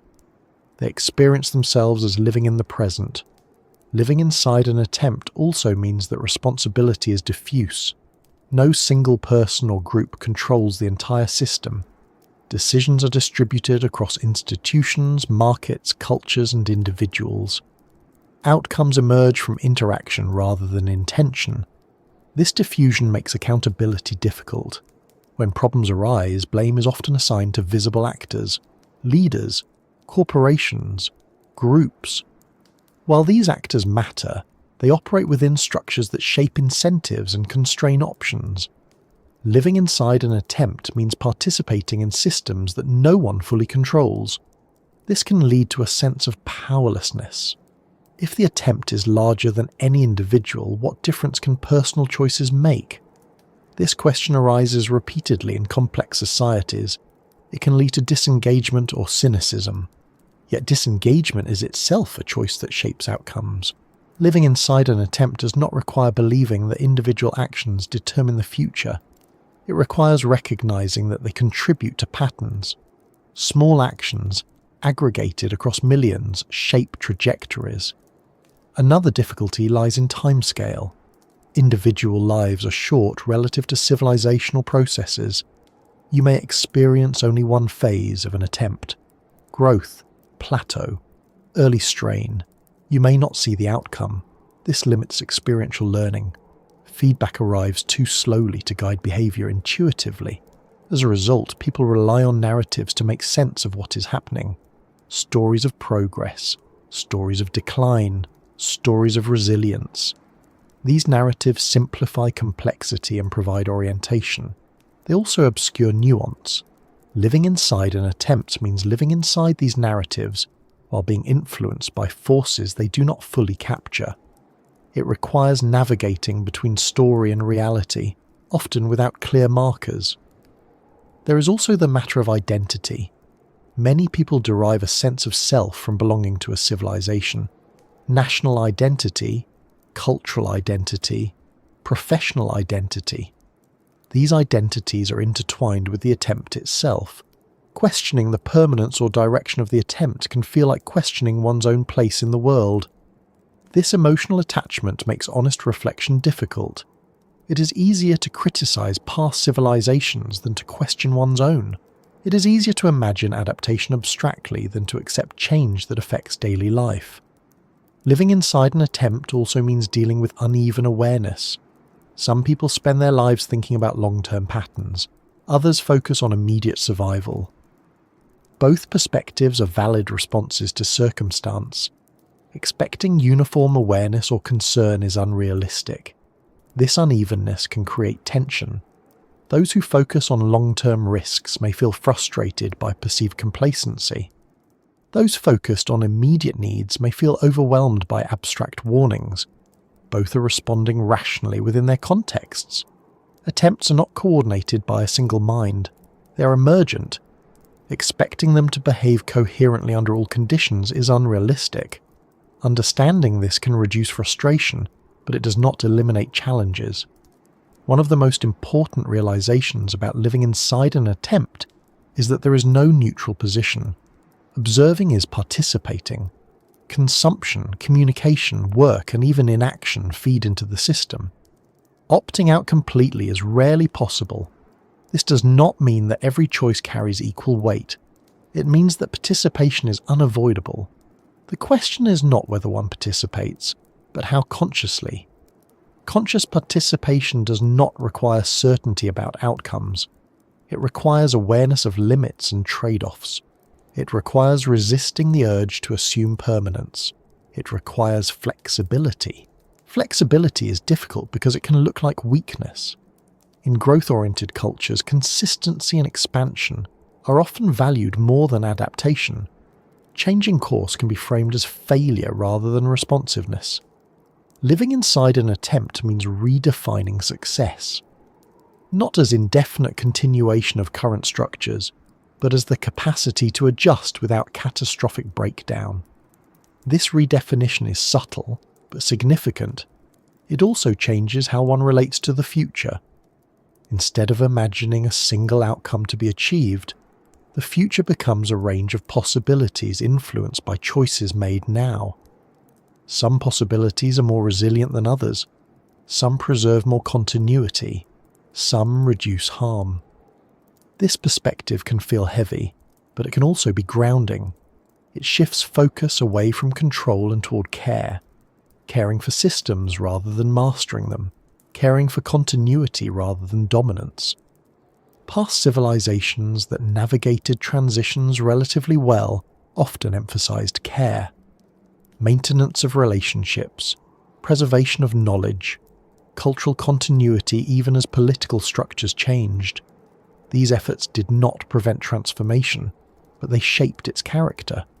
Living inside an attempt also invites humility. Not the humility of resignation, but the humility of recognizing limits. Recognizing that no generation solves all problems, that no system is final, that adaptation is ongoing. This humility can coexist with effort. One can work to improve conditions without believing that improvement is permanent. One can build knowing that structures will change. One can teach knowing that knowledge will evolve. There is something quietly reassuring in this. It removes the pressure to be the last attempt, the successful one that ends history. It allows space for imperfection. It allows room for learning through experience rather than through certainty. Living inside an attempt also reframes anxiety. Worry about the future is natural when stability feels uncertain, but anxiety often assumes that uncertainty is abnormal. Recognizing that uncertainty is inherent to attempts can soften its edge. This does not eliminate risk. It contextualizes it. Risk becomes part of the process rather than a sign that the process has failed. From a sleep-oriented perspective, this idea can be calming. You're not responsible for solving everything. You're participating in something larger than yourself, shaped by forces that extend beyond any individual lifespan. Your role matters, but it is not absolute. This perspective encourages a gentler engagement with the present. Acting thoughtfully, paying attention, remaining adaptable. These are quiet virtues, not dramatic ones. As the day loosens its grip and the edges of thought begin to soften, it can be helpful to return to something simple. You are here, listening, breathing, existing inside a moment that does not ask you to solve anything. The world, with all its complexity, continues whether you are actively thinking about it or not. Systems hum. Processes unfold. The experiment carries on quietly in the background. Falling asleep inside an ongoing experiment does not require understanding the whole experiment. It does not require agreement with its direction or confidence in its outcome. It simply requires accepting that you are part of something that moves even when you rest. That can feel unsettling at first, especially if you're used to the idea that awareness equals control. But control has never been complete, and rest has always been necessary. Throughout this exploration, the idea of civilizations as attempts may have shifted how the present feels. Not lighter exactly, but less rigid. Less like a test that must be passed, more like a process that unfolds through participation rather than perfection. When that idea settles, it has a way of loosening the mind's tendency to cling. Clinging often comes from the need for certainty. Certainty about the future, certainty about meaning, certainty that effort leads to lasting outcomes. These needs are understandable. They are part of how humans cope with time, yet certainty has always been in short supply. The experiment has never offered guarantees. What it has offered, repeatedly, is continuity through change. Even when structures dissolve, life continues. Even when systems transform, people adapt. Even when knowledge grows quiet, it re-emerges in altered forms. The experiment does not stop, it shifts. Sleep is a small rehearsal of that shift. When you fall asleep, consciousness loosens, control fades, the mind steps back. Processes you do not supervise take over. Breathing continues. The body regulates itself. Memory consolidates. Repair happens quietly. You do not manage these tasks, you allow them. There is something deeply aligned between sleep and the idea of living inside an attempt. Both involve trust, not blind trust, but practical trust.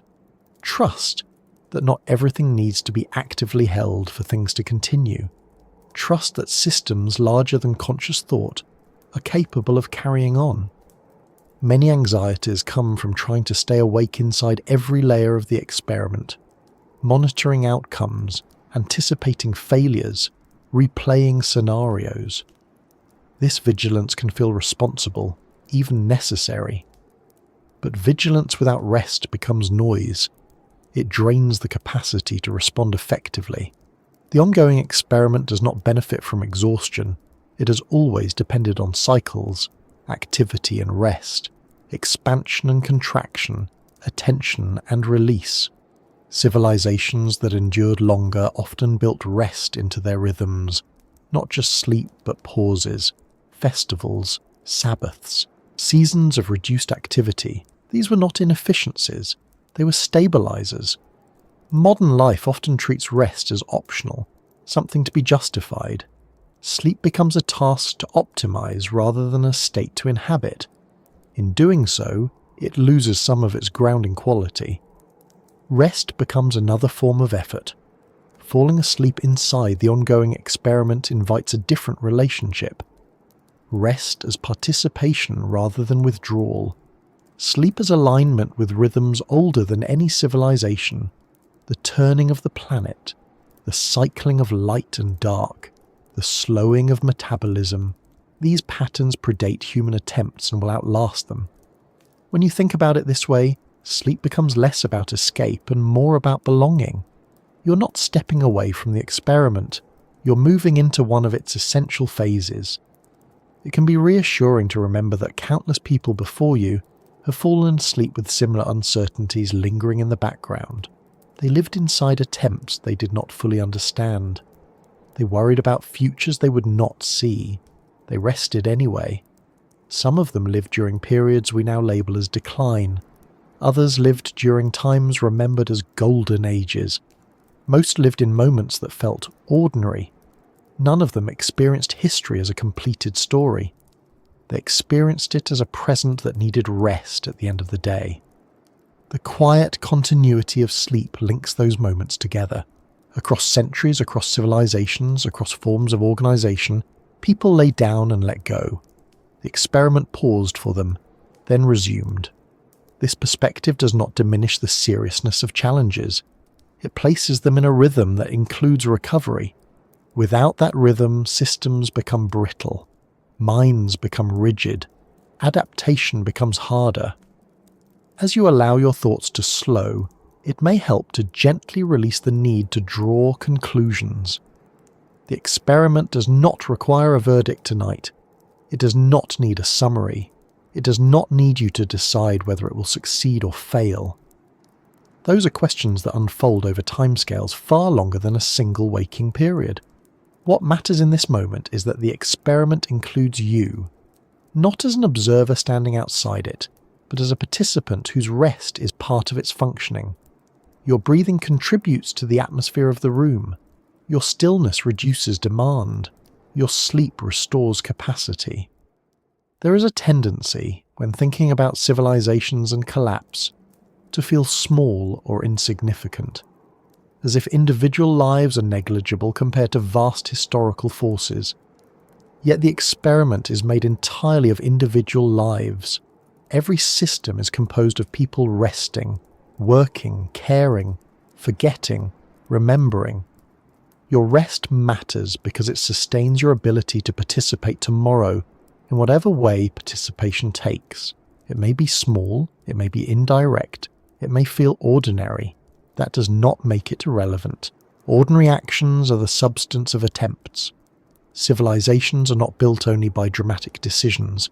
They are built by routines, by maintenance, by care, by repeated, often unnoticed acts.